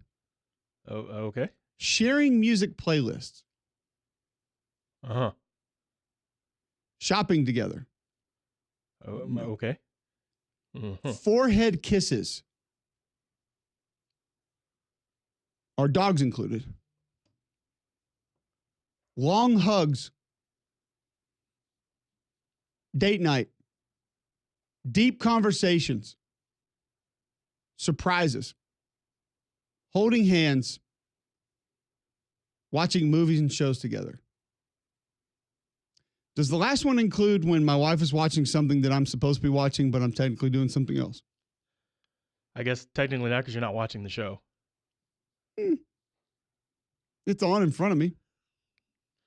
Yeah, but are you watching it? Forrest Gregg tweets into the show, the most romantic thing I did today for my wife, I bought her a grapple attachment for the tractor. Roll Tide. Sounds awesome. Yeah. You too. What are we accomplishing with that, Forrest? I need to know, like, what's the first thing that we ripping up a tree stump? Todd McEwen tweets in, he might be celebrating Valentine's weekend. At Todd from Kentucky. Took the day off, smoking a beef tenderloin and watching the ultimate Valentine's Day movie, Armageddon. If she doesn't like it, she can take a long walk on a short bridge. Only kidding, kind of. Yeah, Wimp dropped that one yesterday. I had a lot of people text me about that one. That they're going to start using that one from now on. That's going to be a part of their repertoire. About time that got brought back. Going back to the guy who had the brilliant suggestions, was that a real person or was that AI? Because that feels like something ChatGPT would push out. Maybe, but it's a real Twitter account. That doesn't mean any. I mean, bots do exist. But okay. Nick Bracero says, making lasagna tonight at Armour House. Mm-hmm. Had to bite the tongue on that one. H-O-U-S-E. Okay. Glenn Opper, When Harry Met Sally, 2 thumbs up, 10 stars, great movie, great soundtrack. Huh. We don't talk about the old movie soundtracks much anymore. That used to be a big deal back in the day. Well, so did albums, but now people just stream and don't care. Alex Sullivan, come get a heart-shaped pizza at Donato's on this. I don't know what I Bob Eve is, but Valentine's Day. I guess the Mac and Cube Twitter feed has just turned into plug your restaurant here. Anybody else need to plug your dish for tonight at your spot that's going to be full anyway? We can't get into. Yeah, we don't have reservations. Yeah. It all sounds great with the 4-hour wait. Good. Not going to make it tonight. Tonight's not the night to go out to eat. No. Unless you have planned 7 months in ahead. It's not going to be a real thing. Although this would, if you're smart or dumb enough to take a Valentine's weekend, this would be the one because Monday's a holiday. Yeah. Yeah, but you don't have to call it Valentine's weekend. It can just be a long weekend. Last I checked, it was Valentine's Day, not Valentine's weekend, not Valentine's month. It's in the name. It is only a day. It's a day. Yeah. That's it. It's SEC has media days. Plural. Pac-12 had media day. Yep. Singular. Look what happened. That's Media hour. That's all. Actually, it was. It was happy hour. It's kind of cool. I dug that, but. Well, there you go. All right. So some ideas for Valentine's Day. And then Greg Skipworth, who's more overrated, Jackson Arnold or Ty Simpson?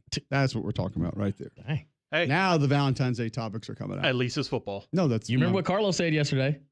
Actually, I actually watched a little bit of this last night. Can I update you quickly on Cricket? Big happenings last night. The United States. You have my music, by the way. What the fuck music? Give me a second here. Yeah. Big matchup last night. For our guy Carlos calling in yesterday saying we talked too much football. We just spent 30 minutes on Valentine's Day, Carlos. How do you like that? There it is. The United States of America 6-1 over Finland last night in the Beat Four down. Nations face-off. Round robin. Scored 4 in the third to put away the Finns. Chopped those Finns right off last night. The Dolphins played? At the trunk. That's what they play? I know. That's where the fins were chopped. Oh. Right on the surface level. What do you call that? Like, what's the part of a orca where the fin starts? The back? That's right. I don't know. Spine? Well, that's where they got him. 6-1. That's a bad box score. Isn't it? USA. It's getting close in hockey. So if it was a football score, what would it be? 77-1. So yes, okay. So yeah, it's a bad box score. I'm trying to see who scored the goals, and I can't. I don't because I don't know which one means goal. Kachuk There's brothers? not just a. Shouldn't there Kachuk just be a brothers? G in the box score? It's complicated. That'd be too easy. Connor Hellenbach, 20 saves last night, That a boy. getting it done. Not sure how many in the glove he had. The ultimate enforcer. Yeah, I'd love to give you guys some things on this, but I don't know what they stand for. Hey, all we know 6-1. That's all that That's matters, it. baby. That's all I got. That's all that matters. They shot more, they score more. A win is a win. Jack Eichel, 12 and 10 in faceoffs. I don't even know what we're doing. Is that good? No idea. I just listen. You want other sports? We got them. There you go. United States. I actually put this on for a minute. There was literally nothing on last night. It was like Coppin State and somebody in basketball. After the Memphis game was over, I couldn't find it. So I was like, all right, here we go. I'm going to try it. And I think I caught the last 5 seconds of it. Was So You got enough. There was That was really enough. nothing on. You got enough. We're about to watch the Grouchos in basketball after that. The Grouchos? like Oscar in them? Isn't that what they're called? Out there in California? Maybe. I have no idea. Gauchos. Gauchos? Gauchos. Yeah. Got them. Still I counts. think that's who I play for is the Grouchos. Grouchos. The guy's like, who? I tried. Hey, at least I had the game on. UC Davis and UC Riverside. See, it was a rivalry game. Yeah. God, that one means a lot. So it is rivalry weekend and everything, I guess. Yeah. Ole Miss, Mississippi State in basketball. Let's go. The Egg Bowl of basketball? No. The old Not E-Ball? that. Oh. Not that. There's only one of those, and it's actually a football game when they play it. That's what they Walter called it. tweets in absolutely no reason to talk about anything other than football, other than Carlos's call yesterday, who demanded we talk anything but football. Oh, football. All right, a couple more of you coming in on Valentine's Day, and a sporting event will take place where? I'll tell you, and then I want to know if you would like to attend it next on McElroy and Cubelic in the morning.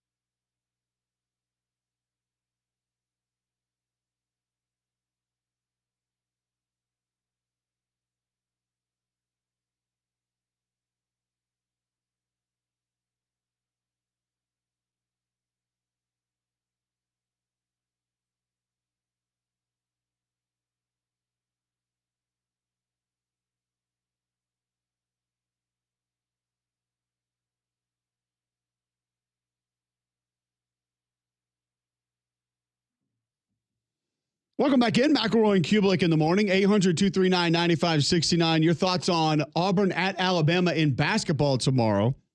What does it mean to you? What are you expecting? What do you want to see?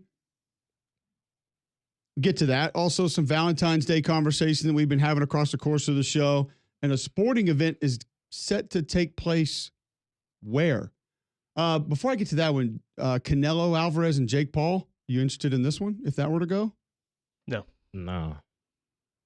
It might not be Jake Paul. It might be the other Paul. Not Rand, but his Chris? brother. Oh, Cliff. Chris has played for every other team in the NBA, so why would he not try this? Might as well. He can't make it work there. So, by the way, do you know where he plays right now? San Antonio Spurs. Yep. Yeah, I didn't know that. So we were watching, my son loves Wembanyama, and we were watching the other day, and I was like, how about old Chris Paul, Spurs? Still hooping. There he is. Maybe the best player that could never make it work on a team that we've seen. He's one of them. He's up there. Him and Paul George. He is up there. All right, a couple folks coming in on what we've been discussing for the last couple minutes. Will tweets in, great movie soundtrack according to Cube's reference, the soundtrack for City of Angels. I don't. Does it have more than that Goo Goo Doll song? I hadn't seen the Oh, tape. it does have Uninvited. Which Goo Goo Doll song are you talking about? I Would Walk 500 Miles? No, that's the Proclaimers? Same thing. Nah. Hold on. Actually, I'll pull it up. It's that one song. That's all they. It's If God Will Send His Angels, U2, Uninvited, Alanis Morissette, Red House, Jimi Hendrix, Feel in Love, Paula Cole. Yeah, sounds right up my alley. I mean, In the Arms of the Angels, Sarah McLachlan's a great I'm song. about to say, yeah, you knew that one was coming. I'll give you that one. Yeah. I Grieve, Peter Gabriel. Gabriel had some hits. Yes, All right. yeah. You're not familiar with that one. Okay. Further up on the road, Joe Medwick, VC. Mm-mm. Not give up. Yeah, that one. Yes. See you. Oh.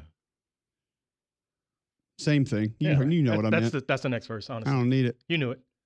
That's the song from the movie. It's not the worst song ever, but No, this it's fine. thing was nonstop for a minute. Everywhere. Just don't need it. Don't need that. Aaron Hubbard tweets in, the iBob is something courtesy of the award-winning radio show at Three Man Front. They do a great job. We don't reference that as that here. That's They not tried a real, McCole was there. not a real thing. Yeah, Cole got kicked off the show. We ain't doing it. Yeah. Greg Holsey tweets in, my wife is like Cole. She thinks cards are a waste of money. Same with flowers. Tonight, I'm cooking her a steak, and for dessert, we'll have our favorite, frozen chocolate-covered strawberries from Costco. She's happy with that. Hey, if it works, it works. How many do you get at Costco? Because I feel like you'd give her like 50. It's gonna be a heavy dessert. Yeah. It's good. I guess if they're frozen, they'll last a good bit. So Right. Nick Bracero again tweets in, pepperoni perfume only available in the UK and Ireland, but you can go online and register to win now. So I imagine they would still ship it to you here. Okay. They have it. I'll pass. It's real. I can tell when America's down when you're telling me that the pepperoni perfume is only available in Ireland and England, and we ain't got it. Ain't got it. Whew, what are we doing? I mean, nobody's really putting it on, but to say you had it would be cool just in general. Not even Italy? Right. That I think they just naturally have it. Oh, it makes sense, right? Yeah. All right, so tell me if you guys would want to attend this. I asked you, like a cool place you would want to see a sporting event. Is there anything that pops into mind? Yeah. That place, that city, whatever in Greece, that's got those houses with the blue The tops. Coliseum? No, that's Rome? Yeah. Yeah, same But thing. is it Santorini, Santorino, whatever it is, that they got those white marble-like houses. They got the blue roofs that overlook like some kind of ocean or sea. Like that's beautiful. What do you so want have to that see in the there? Like background. pickleball? Javelin? I feel like you could put an aircraft carrier and put a basketball game on it. Yeah. Damien? Football game at Talladega? I mean, well, that'd be the only reason I go over there to watch it. But I mean, yeah, they've done it in with NC State and Tennessee last year. So yeah, I would watch an Iron Bowl at Talladega. That'd be dope. I think we all would. That'd be off the chain. You're not going to be able to get too close to the action. Right. The problem. But Have your binoculars. all right. So according to Ring Magazine, I'm going to tell you about this, and then you tell me if you're in or would want to attend this. WBO junior welterweight champion Teofimo Lopez is close to an agreement to getting the ring to take on an unknown fighter, but the place, the destination is going to be set. Ring notes that Rida season promoter Turki Alashiki recently told ESPN he was hoping to host a fight at Alcatraz. Oh, boy. By the way, sign me up. 100% in. Would absolutely go. Let's make it at night also. Why not? How many people can you get there to even watch it? I don't know. Right. That was my question. Where on Alcatraz is it? Because they have a photograph of the island, and I Right. don't feel like indoors is going to be a super viable option. No. No. There's only so much room outside. There's a couple little spots on the land. I feel like you could put something together and maybe. So I don't proud know of how what- you do it. On the roof, maybe, of the. Oh, I'm sure that thing's structurally sound after being in use for Yeah. last. They couldn't 56 give years. tours if it wasn't. Nah. No, Yeah, but you also say ain't no, being you're not used. I'll probably miss that one. in. The promoter said, sometimes I get in my mind I want to do fights different places. Sometimes mountains. Maybe someday the pyramids in Mexico. Okay. Oh, okay. They are there, but just not quite the same. Someday not next to the Eiffel Tower. In the Eiffel Tower. In the Eiffel. Oh, okay. I mean, Celine Dion did perform in it, so. He said Colosseum in Italy, amongst others. This one that he feels like he could actually make happen and has the desire to make happen. Want to have a fight in front of Stonehenge? Or in the middle of all of them. I feel like Yeah. if it gets out of hand, like you can knock it down or You something. ain't knocking those down. They done been down by now. All the morons running around today. Right. It's roped off. Prison opened in 1934, didn't last 30 years. 1.25 mile distance to shore. That's it? 14 documented escapes. Mm. I will say this. I am semi-fascinated with Alcatraz, and I don't know why. Well, you saw Nick Cage do it, and so you're like, oh, if he can do it, I can do it. Yeah, I would be worried about those green balls Yeah. breaking and Yeah. the stuff Yeah. getting everywhere. Yeah. Other than that, it feels like fine if you want to go see it. I didn't know Machine Gun Kelly served time at the prison. He feels, that old? he feels young for that. Yeah. Right. Like I Wow. didn't know he was built like that. Okay. Al, Megan Al Fox. Capone Wow. also there also. That makes sense. Yeah. Seems reasonable. Okay. Oh. The final attempted escape from the prison was 6 months before it closed. It became known as the Escape from Alcatraz Triathlon. By the way, more impressive than any regular triathlon. That's- I will yeah. say, Yeah. if you're able to pull that one off. Lopez is 21-1, 13 knockouts. He has not fought since June. That was a 12-round unanimous decision over Steve Claggett. So, fight at Alcatraz, yes or no? In, out? I'll pass.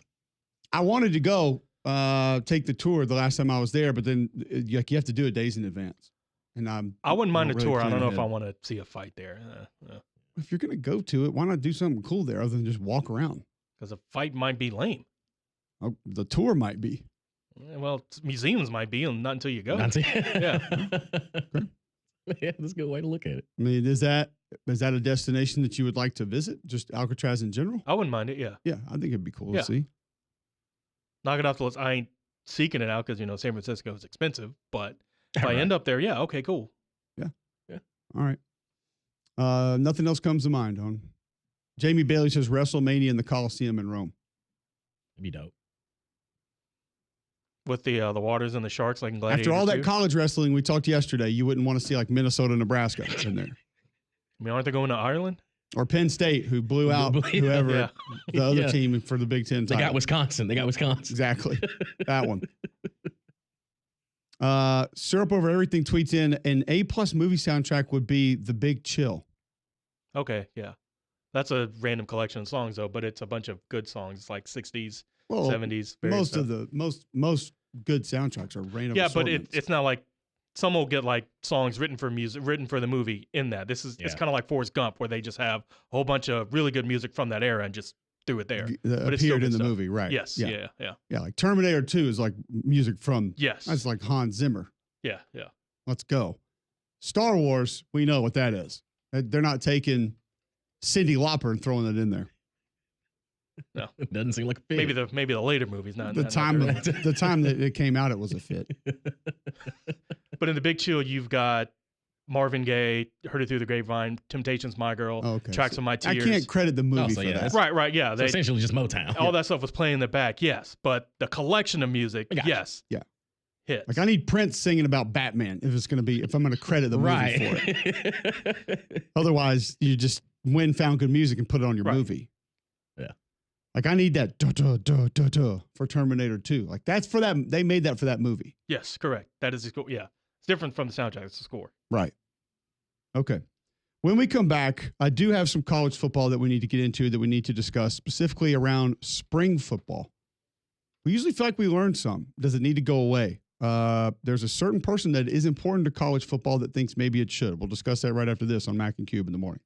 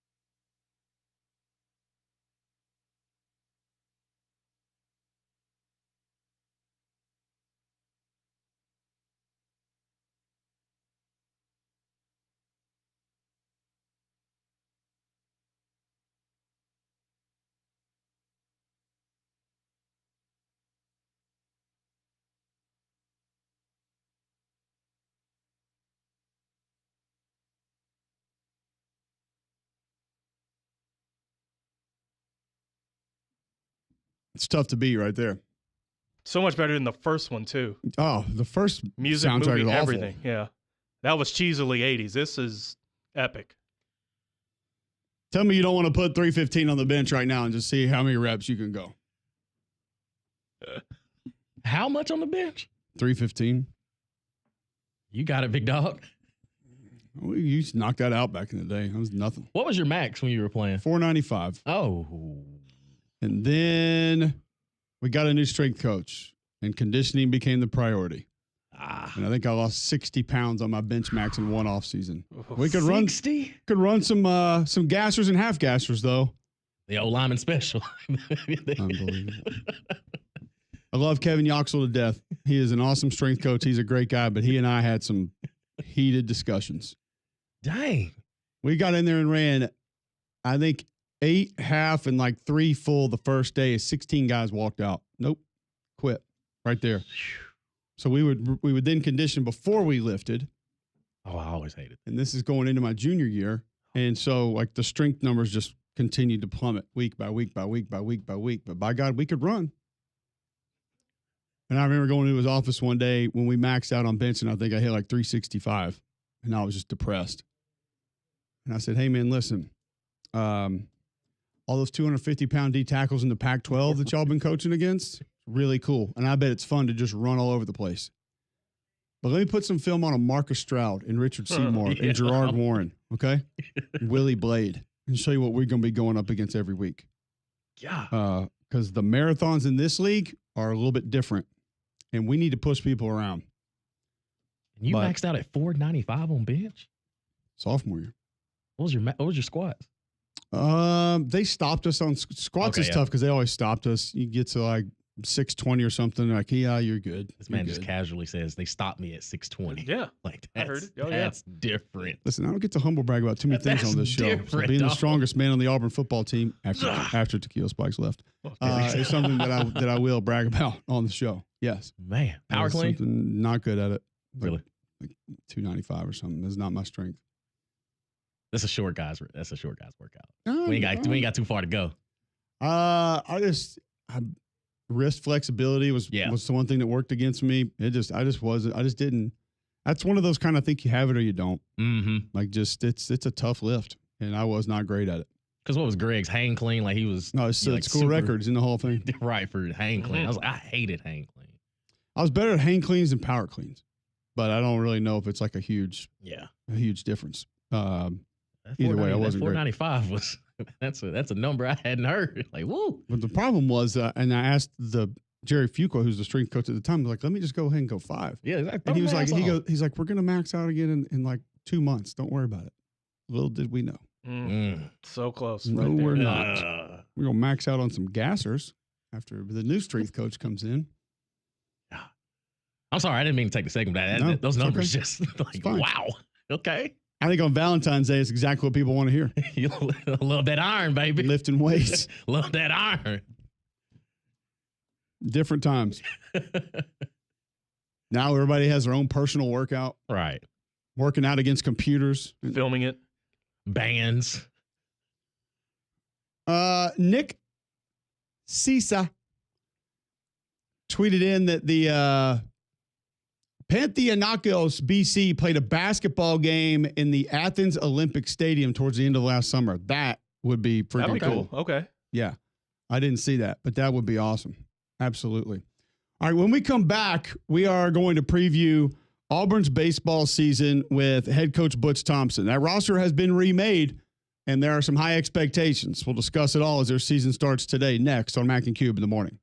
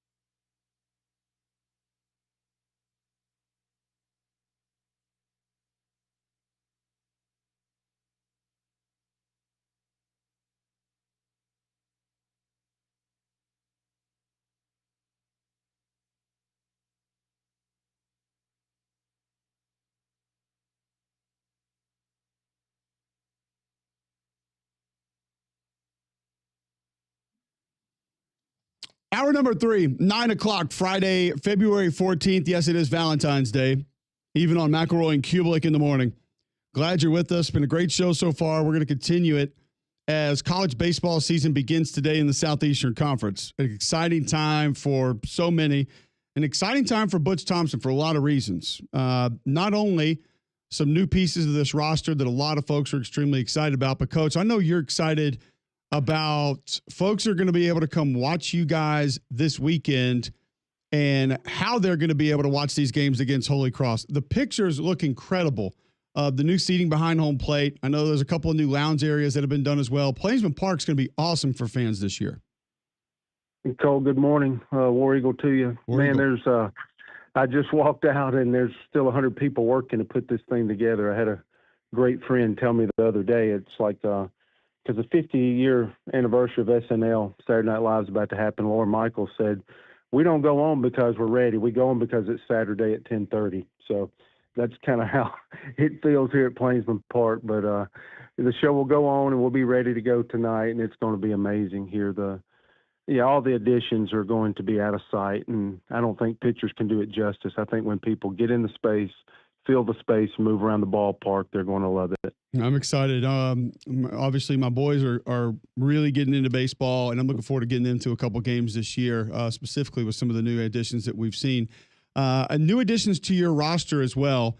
I feel like your weekend starters potentially have been solidified. Cade Fisher, Samuel Dutton, Christian Chatterton have an opportunity to maybe be those three. How close are you to knowing what your rotation is going to look like this year? Yeah, that'll be our first three. And I tell you guys, we did it pretty simple.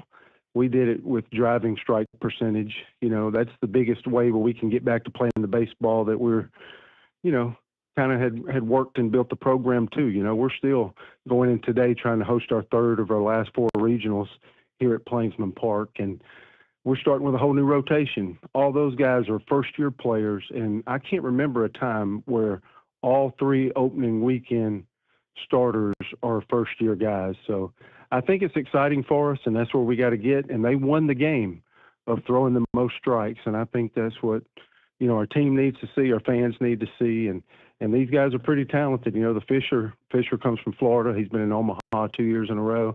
Dutton's got a national championship with LSU. Those guys threw 67% strikes in the time frame that we had our pitchers compete.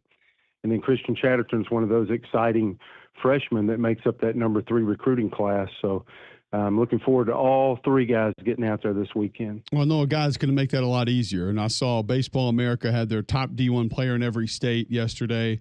Ike Irish, your catcher, was listed as the top player from the state of Alabama that's playing college baseball right now. I know maybe new guys to Auburn, new guys to your roster, but there has to be some comfort for you knowing you're going to have Ike behind the plate.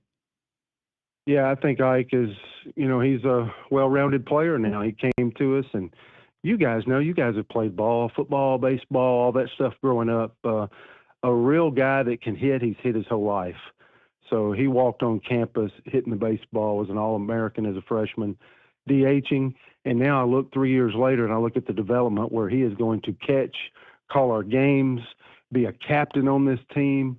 Hopefully, I don't. Every at bat's so competitive for him. I don't think he's going to give any at bats away like he has for 2 years. But he is a well-rounded player now because he's leading, he's catching, he's calling games, and still hitting in the middle of that lineup. So and he has a chance to be a top 10 overall pick, and I'm rooting for him. But he's got some help. I think Cooper McMurray coming back at first base is another big piece for us. We've talked a lot, Coach, last season in football about the new communication and how coaches were able to communicate with quarterbacks, linebackers, whoever it was in helmet.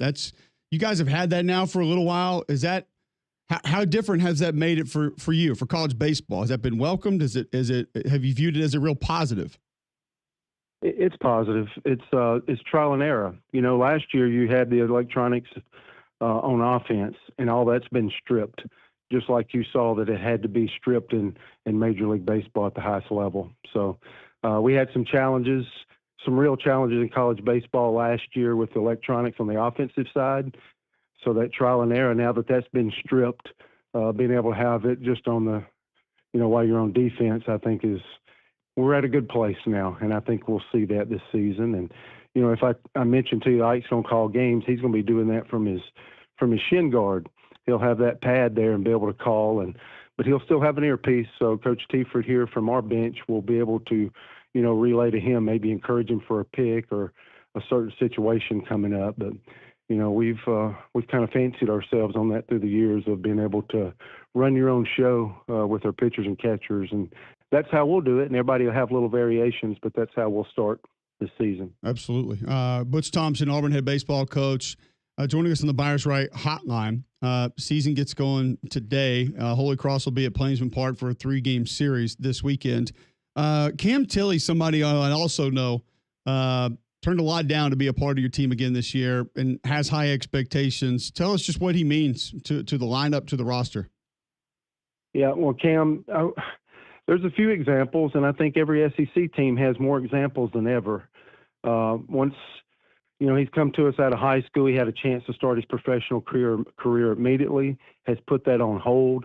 I think the 20-round Major League draft has allowed the SEC to only get better because 23 years into this thing, I'm amazed at how from year 1 to year 23, how it keeps getting better.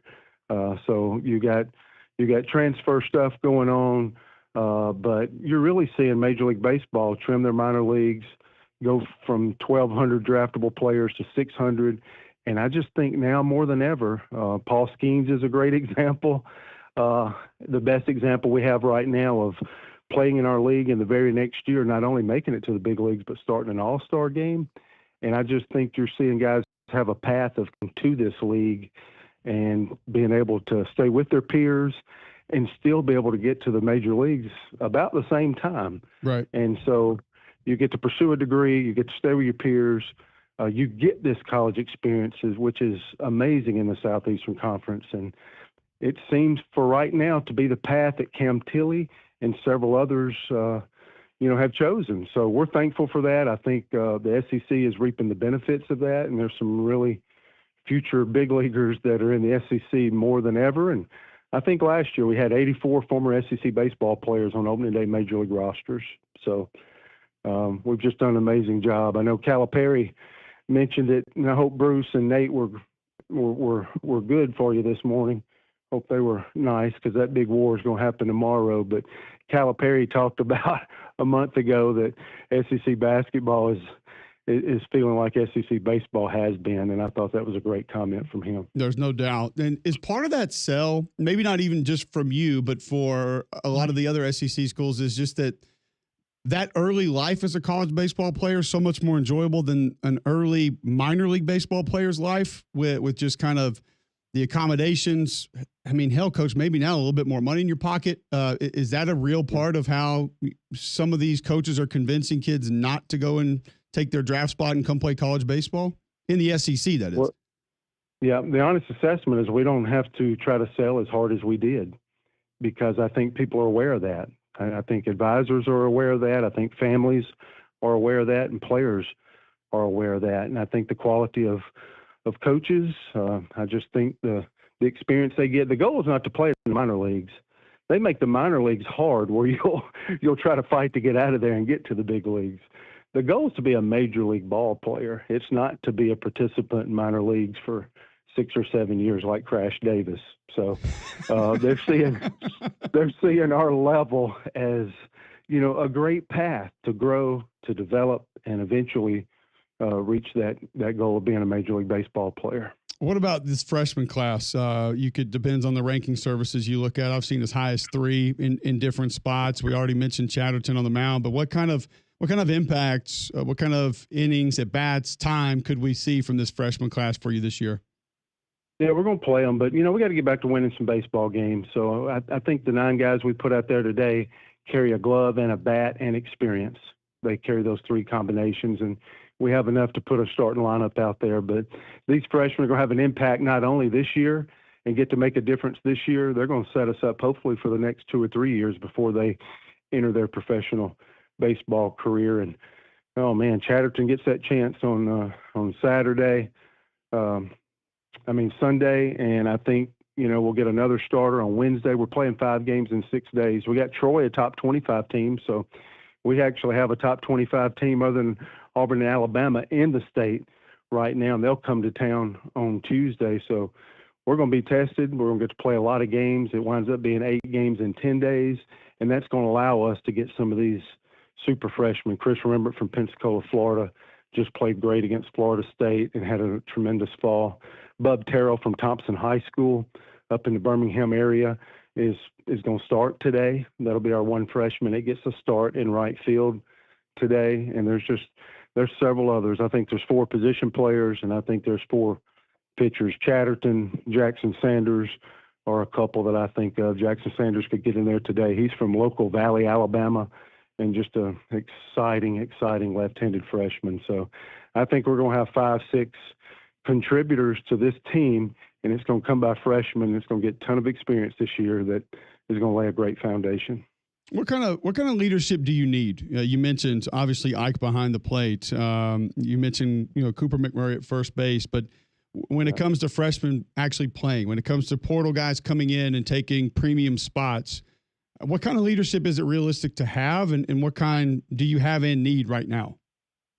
Yeah, well, our players vote for our captains here, and I just draw a line where the voting stops, basically. So nothing too complicated about what we're doing. And it fell Ike, Irish, McMurray, and Derek Fabian. It would be a second-year player. Probably start at shortstop today, and then a couple of veteran pitchers. They might be middle of the game type guys, but the players just feel like they're great leadership guys, and that's Parker Carlson, right-handed pitcher, Ben Shore, right-handed pitcher, kind of journeyman in our program that have just been here and grown from day one coming out of high school. It's their 3rd and 4th year in our program. So, I'm proud of those guys. So hopefully these young guys can lean into one another. And, we had at 7:16 this morning, I get a call that no coach wants to get. And, our starting center fielder today, Cade Ballou, he calls to tell me his mom's going, his mom's passed and she's going to heaven. And that's tough on an opening day. And Miss Stacy Ballou, all our thoughts and prayers go out to her this morning, and we'll see. I think he's going to try to walk out there and play in her honor today. So when you say leadership, I just can't get it out of my head. There's some things that are bigger than ball, and that's landed on us today, and that leadership will be tested. It's not just about getting a butt down or throwing to the right base or being able to understand it's Auburn's at bat with 2 strikes. Sometimes leadership's about, at the end of the day, this is all about relationships and taking care of each other. And, our leadership will be tested today. There's no doubt. Coach, heavy hearts for he and his family. We hate to hear that, and impressive if that young man wants to get out there and try to take the field in honor of his mom today. But thanks for joining us. Wish you the best. Just over 8 hours, you guys will be on the field starting your season, and we'll have you back during the course of it and hopefully talk about it a little bit more.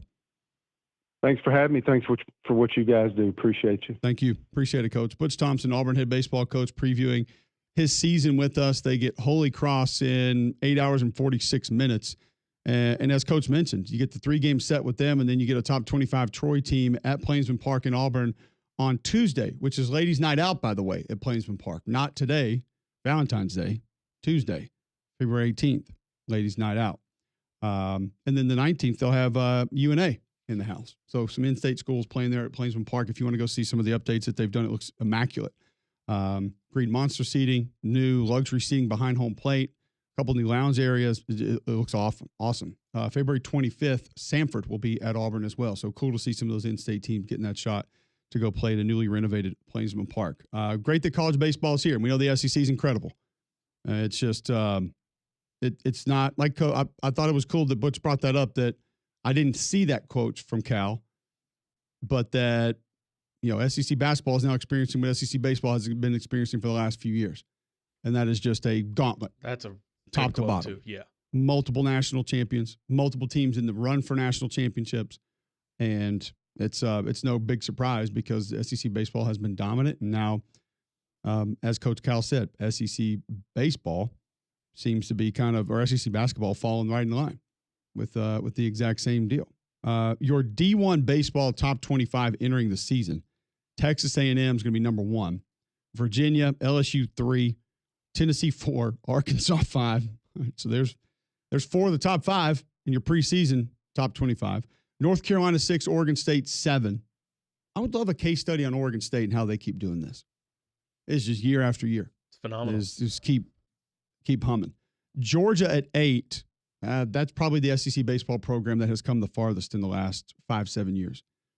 Florida State 9, Florida 10, Duke 11, Oregon, NC State, Wake, Clemson, Vandy at 16, Oklahoma State, Mississippi State at 18, Texas at 19, Dallas Baptist, Arizona, UC Santa Barbara, TCU, Nebraska, and Troy at 25.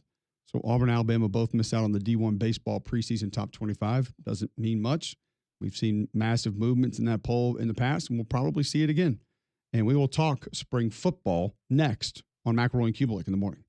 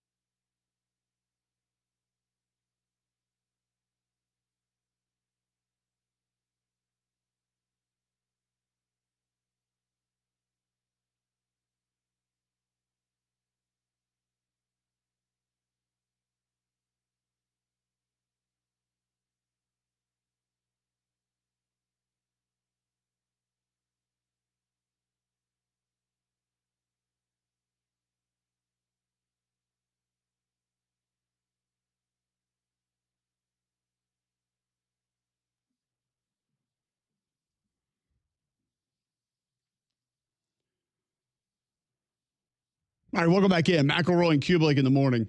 Did want to get to a little bit of college football discussion today. We know Auburn-Alabama coming up tomorrow, 3 o'clock on ESPN, number 1 versus number 2. 3-point percentage defense, Alabama 14th. They've allowed 164 threes this year, 29.3%. Auburn, 30.4%. They've allowed 144 threes this year. So Auburn has allowed less, but the percentage has been just a little bit higher. Auburn number 1 in the net, Alabama number 6 in the net. Auburn 6-1 on the road this year, 13-2 versus quad 1 teams. Alabama 8-3 versus quad 1 teams. Alabama has 7 100-point games this year. That is the most in Division I. Auburn, one of 2 SEC teams, still undefeated in conference play on the road. And that offensive rebounding percentage, which could be massive in this game as well. 37 for Alabama, 36.2 for Auburn. So again, as we stated earlier in the show, there are a ton of numbers surrounding both of these teams in this game, and there are a lot of them that are really close, neck and neck, in a lot of different ways statistically that hopefully tells us this game is going to be an all-time classic, which I think a lot of us hope that it would be. Be one that's enjoyable, entertaining, and fun to watch. I think it will be. We'll give our predictions towards the end of the show with our Super Sofa Game of the Week, which I don't think there's any way it could be a different one. So maybe we roll that one out and go to another one that we try to pick. Spring football, though, is something that may be gone soon. We heard Matt Rule say earlier in the month that, I guess it was last month, that he might not play a spring game because he doesn't want his players to be scouted. Go back to Ole Miss last year. A lot of folks pointed a finger at Lane Kiffin, laughed at him, said, this is ridiculous. Look at this guy. He thinks he's going to get recruits because they're having glorified Olympics for their spring game. When the reality was exactly what Matt Rule's telling you. They don't want other people to see their players. They don't want other guys to be plucked from their roster who went out there and all of a sudden made a couple plays in the spring game and somebody else said, hey, he's probably being played like a second or third team player. We could pay him like one of our first team guys, even though that's less money than what other first teamers get. I mean, he can maybe be somebody that helps us. He'll actually be on the field. Do we need to get away from it? Is it something that needs to go away? Now, spring games, I would argue, maybe don't need to go away, but could be very different to avoid some of the potential issues here that we're talking about with roster management and players being seen and people knowing exactly what you have on your roster. But that's been happening for a while. I mean, how many starters do we see going the entire spring game or playing a meaningful reps in the spring game? Not a ton. The pushback from actual spring games not happening, I believe, is going to come from the networks and the leagues. They need that inventory. It needs to be on air. How many times from April to August do we see Auburn, Arkansas, Tennessee, Alabama, Georgia, Florida spring games aired over and over and over? It's valuable inventory because it might not be must-see TV at the time, but it's something that a lot of folks that if you didn't see Oklahoma's and you know they're on your schedule, I might that's on, I might watch that. Well, let's see what Tennessee's up to their spring game. See how that went. See how that goes.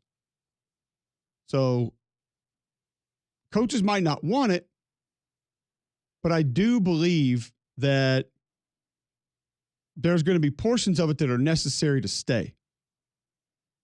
Just because you're not going to be able to completely remove it and have that void in your inventory. So what do the games need to look like? What will the games look like at that point? What should you have? There's still going to be players that are a little bit of unknown, a little bit of uncertainties. Still going to be players that need that work. Still going to be players that need the reps at the end of the day. But I did see some quotes from Greg Byrne talking about spring football and seeing some other folks around college football discussing kind of where it needs to go and what it needs to be, and that the spring window could turn into more of a sort of NFL OTA type situation, which I understand where some people might want that to go, but here's my issue and here's my problem. When does the development then take place? Because I don't really view OTAs, if that's what we want to compare it to, as developmental time. I think it's just time to kind of sharpen your skills, so to speak. But you still need hard development. Brandon Marcello tweeted earlier this week, is spring football dead? CBS Sports has learned that college coaches are considering NFL-style OTAs as a replacement for spring games amid roster tampering and injury concerns. Okay, just the games, yes. You can't develop in the fall. That very rarely takes place because that's install, that's game prep, and let's be real, a lot of it is precautionary. We've seen what depth looks like in college football right now. We've seen how meaningful it is to lose a guard, a linebacker, a nickel. You're a different football team, a receiver, a tight end. You're a different team when that happens. So if you back down more in the spring, and not saying that they're wanting to completely cancel practice, but if you did come to some sort of agreement that you're going to scale it back even further than it is, when are these guys going to develop? Because let's also think about the fact of who is there in the spring. There are a lot of guys that have injuries in the fall that don't go through spring because they're still recovering. There's a lot of guys that put surgery off till the end of the season. They have it, and they're not going to be full participants in the spring. Okay, so that's a small portion of your team that's not going to be able to get reps. There are a lot of guys in the portal that go from one place to another that a lot of what they're doing in the spring is getting acclimated with the team. I've shared the story with Coach Saban multiple times of these new guys come in, they got to figure out how we practice, where we practice, where the offensive line goes, where the DB goes, how to go through our drills. And even if you know football and you've played, you've got experience, there's still an acclimation process with your team and your teammates. So that subtracts a little bit in the spring that's taking place. And we've limited contact down to the bare minimum, both in the spring and the fall. We talk about how certain positions are not being developed and portions of the game have begun to deteriorate for some time. And that would be my fear with this, is that if you keep scaling things back, and I'm not just talking about spring games, I'm talking about spring practice. You keep scaling it back more and more, and you keep allowing the movement and the roster turnover, there will be no development. You can't. There's no time to. When do you do that? Now, your quarterbacks and receivers will get it because they're going to go out there and throw every day in the summer, and they can have their glorified practices now. But nobody's blocking anybody. Nobody's tackling anybody. Nobody's trying to strike and shed off a double team. Nobody's coming off a combo block to the second level linebacker trying to get hat placement on him. It's difficult to imagine further scaling back when there needs to be more developing taking place. And listen, college football has done a lot of this to themselves. Lack of development, that is. With the movement that's been allowed and the contact that's been taken away, that's on you, college football. You have stripped that portion of the development away. High school football has taken some of it away. There are certain systems, certain schemes that circumvent development at certain positions. And the obsession with having certain kids in certain places run the same thing from 5th grade till 12th grade, that doesn't help your development. If you play left slot receiver in the same scheme for 9 years of high school, middle school, pee-wee football, you ain't getting better as a football player. You're getting good at that thing. So there are a lot of people that are responsible to some of the development falling off. There was a time that we could point to tempo and pace. There was a time that we could point to spread offenses. There's a time that we could point to when the contact started to be taken away. But to sit here and see people say that, I've seen some coaches say spring football needs to go away. When are you going to develop your guys is what I would need to know and need to ask. When are they going to get better at footballing, being football players, situational awareness? You're going to do all that in games? Good luck. Your ass is going to be fired by the time they figure that out. They'll be gone. You will be gone. You'll be fired. Oh, God, we're just getting acclimated. We're just getting our third down offense right. No, you're 4-6. So you're not staying here anymore. Glad you got your red zone offense figured out, though. Goodbye. There has to be a portion of development that stays, and there has to be a portion that I believe increases somehow, some way. I think it's one of the lost misnomers of this entire deal that we're going through in college football right now. When are we going to start developing teams, developing players, developing position groups, developing side of the balls again? Because we've gotten a long way away from it, man. And it feels like we're only getting further away from it with some of the things that are being discussed, talked about, things of that nature. But, nobody wants to talk about the quality of football and the product, and will the product be strong, and will it stay strong? Will it stay watchable? Your team may be watchable, yes, because it's always going to be watchable to you. Even if they're 3-7, You love them. You're going to watch them. It's like Valentine's Day today. You're going home to your wife. You don't have to bring a box of chocolates. It's your wife. You're going home to your husband. You don't need to bring him a bottle of bourbon. It's your husband. You've been married 10 years, 12 years, 20 years. I don't need a card. She doesn't need flowers. You've already developed that relationship. It's been there. You know what it is. There's a portion of this, though, that we're just acting like it's just going to happen. It's just going to magically appear. Oh, we'll know how to read a pulling guard. Oh, no problem. Split zone. Our guys can read that. They know how the assignments vary. Oh, if they motion into that formation, our nickel knows who to cover. It doesn't happen that way. And we're taking more and more and more time away from that part of it. And no one wants to talk about how it's going to look or what it's going to be. When maybe this giant pull away keeps happening and it won't really matter anyway. Because one of the reasons that I think college football is so popular right now is, think about this, John. How many years now in a row has college football been new? We all love new, right? Mm-hmm. New car, new shoes, new clothes. Some of y'all like new girlfriends, new boyfriends, new iPad, new iPhone. We all go nuts when the new iPhone comes out. What's different about it? Well, the curvature on the edges is 0.5 millimeters slighter. What does it do different? Nothing. Siri talks to me more. Okay, great. But we want it. We love it. Oh, there's a new food item at my favorite place. We got to go get that. I love new. To me, nice is new. That's just the way my brain works. I don't want old. I don't want retro, been used, been had. Think about how many years in a row now college football has been new. NIL, portal, conference realignment, playoff. I mean, we're coming up on damn near a decade when it's been new about every year. So, of course, people are paying attention to it. Of course, people like it. Are people hyper-focused on the product itself? Probably not. Why? Well, because I got a team in California that plays in a conference on the opposite coast, and I kind of want to see how that goes. I got two West Coast teams that are going into one of the best conferences of history of the sport. How are they going to fare? That are traditional powers.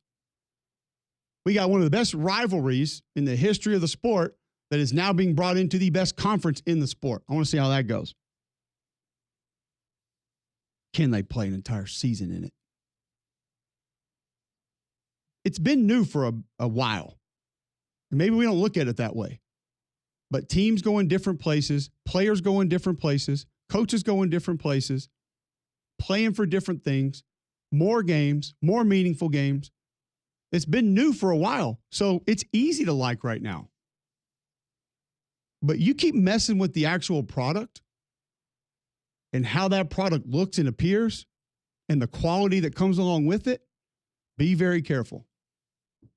Because once the newness wears off, people will start to realize it and people will start to notice it. We'll talk more college football next on Mac and Cube in the morning.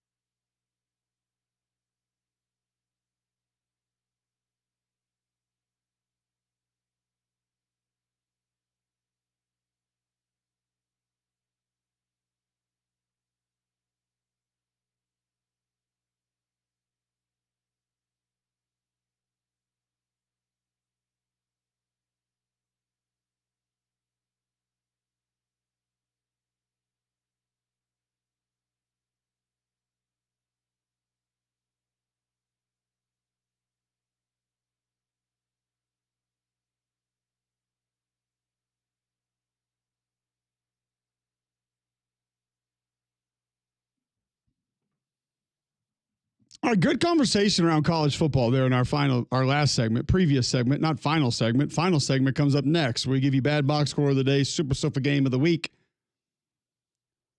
So I feel like because of our friend Carlos saying we talk too much football, now this might not be considered a sport, but we'll go into something a little bit different here. Are you a cat guy? I'm allergic, so I can't be. Well, that's a no then. That's a no. I've lived with some, so I've had to. I feel like I've run across more people in my life that are allergic to cats than anything else. As we got one on TV right now. Of course.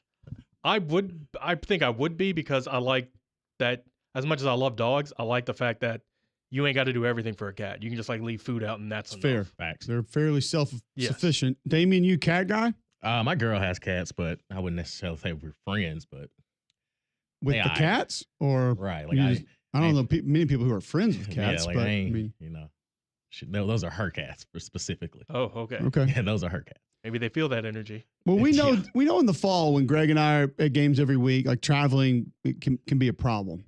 And I'm not sure what the weirdest delay reason that I've had on a plane has been, but I do think I have found one that did not necessarily affect me. A Boeing 737 was scheduled to fly from Rome to Germany last week.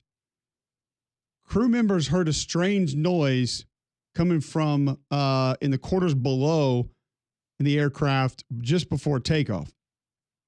Maintenance workers were then called on to go investigate, see what it was. They removed several panels from the bottom of the airplane. Okay.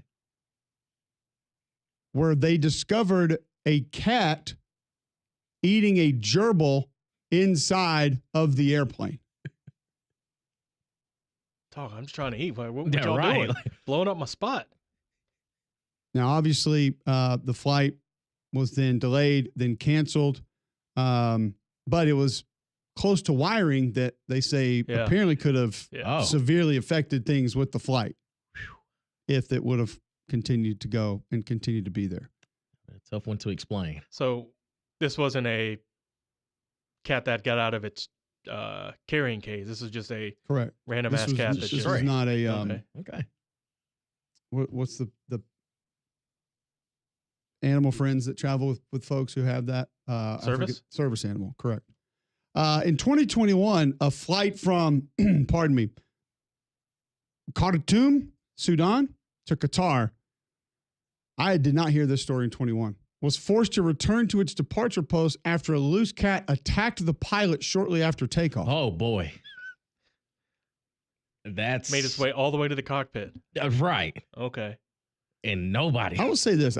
A cat attack feels like it could be worse than you would imagine. Oh, yeah. Oh, yeah. Like as someone who has videoed a cat fight in my front yard before between two strays.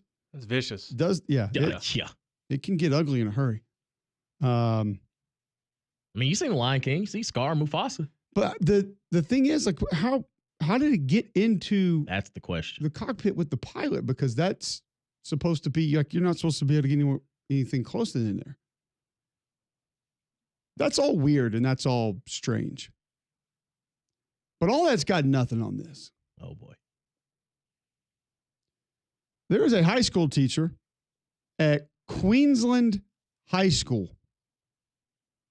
I'm sorry, in Queensland, Marsden State High School in Logan City, south of Brisbane, Australia. Okay. Oh, it's down under. Here we go. What does that mean? If it's having to do with some kind of animals in Australia, this could be a wild. whole kangaroo. Yeah. No, this is way past anything you could ever imagine. I'm just going to tell you to get ready. Okay. All right, here we go. He has reportedly asked students to call him Miss Purr. Parents on social media have shared their concerns for this. There are photos and short videos out that were published by the Courier Mail showing the teacher wearing a cat ear headband and lanyard with the word purr on it in front of the classroom.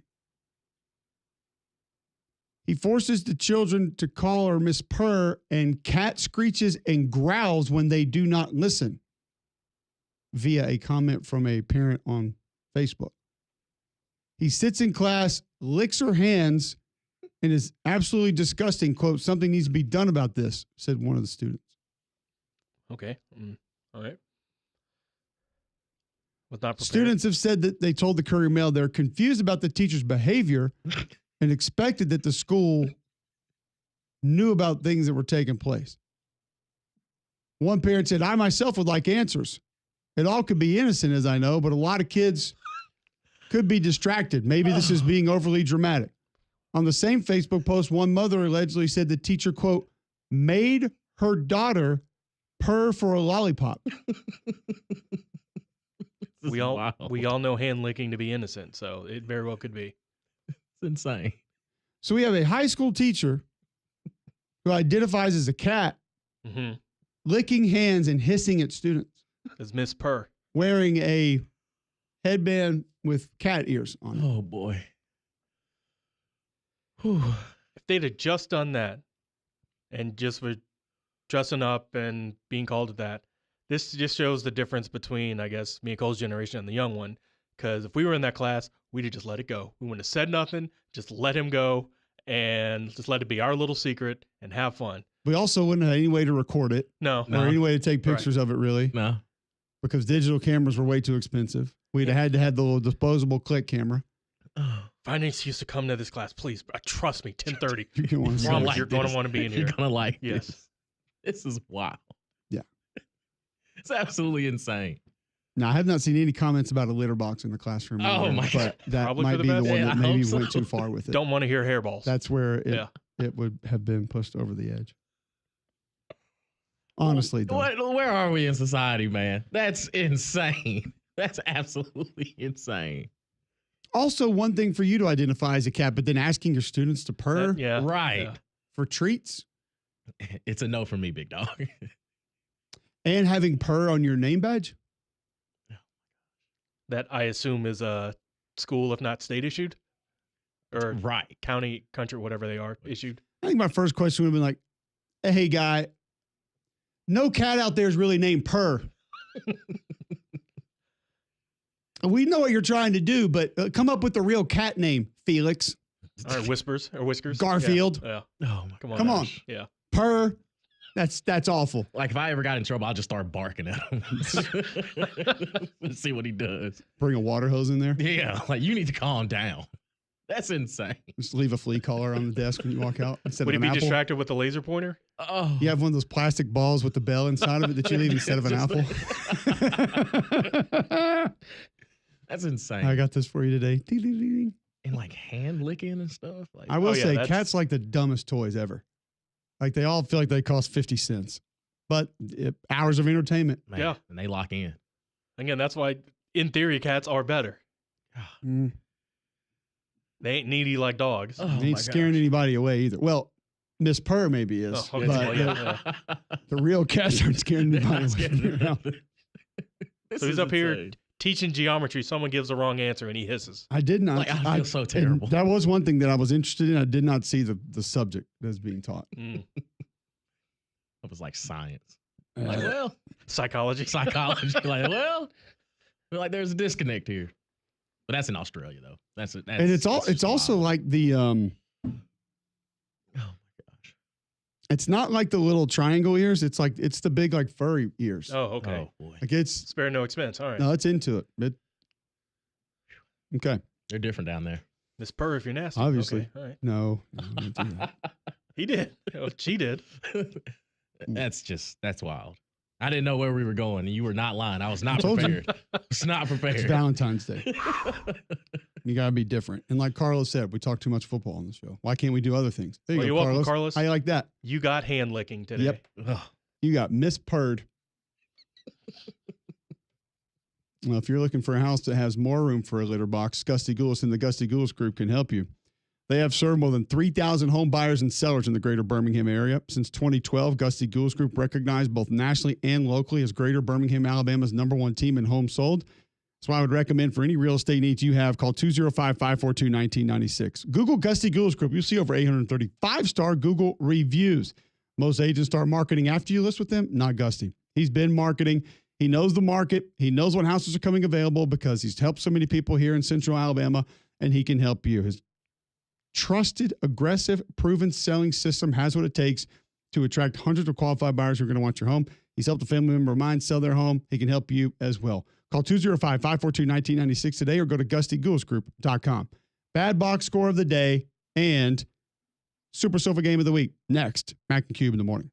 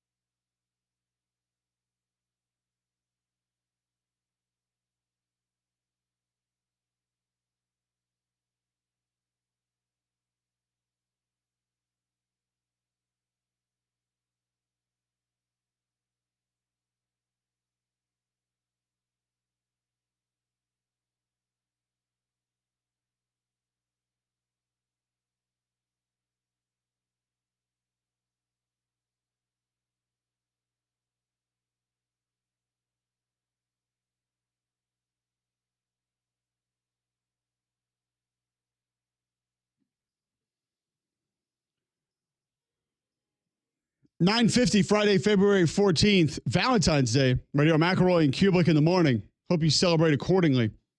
We'll get to our bad box score of the day in just a moment. Super Sofa games of the week here in just a moment.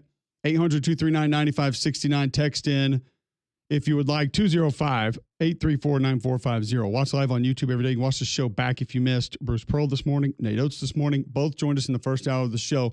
Leading into number 1 Auburn at number 2 Alabama, 3 o'clock tomorrow on ESPN. All right, Royal Buick GMC wants to help you experience how car buying should be. 4 Royal-owned dealerships in one location, selection savings unmatched.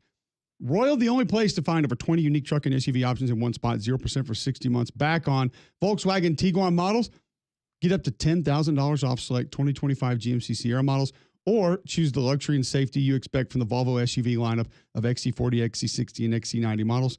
All offers valid through March 3rd, 2025. Certain restrictions apply. Royal Buick GMC, Royal Volkswagen, Royal Automart, Volvo Cars of Vestavia Hills, all at the corner of I-65 and Highway 31 of Vestavia. Online, royalautomotive.net. Make Royal your first and last stop when car shopping. Let's get to our Super Sofa games of the week. We will take Auburn-Alabama off the table. I think that would be the easiest, obvious one for everybody. We would all go there.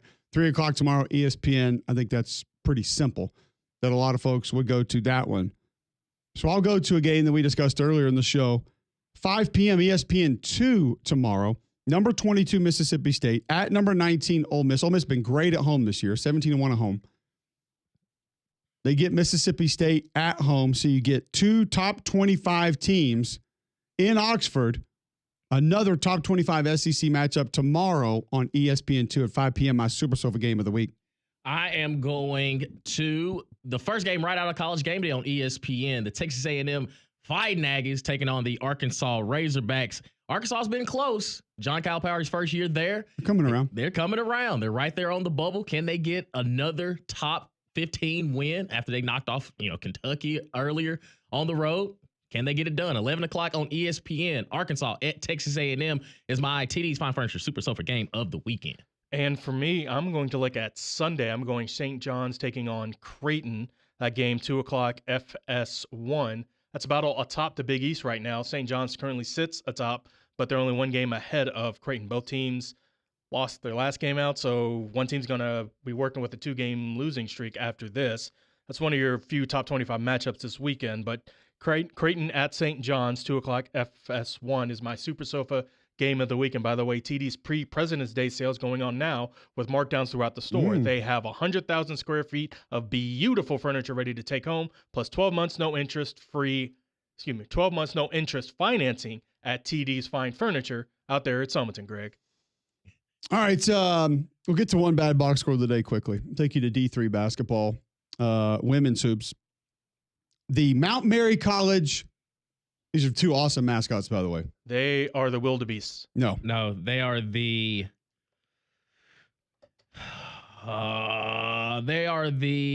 Crusaders. Sabercats. Oh, I like it. I'm sorry. They're the Blue Angels.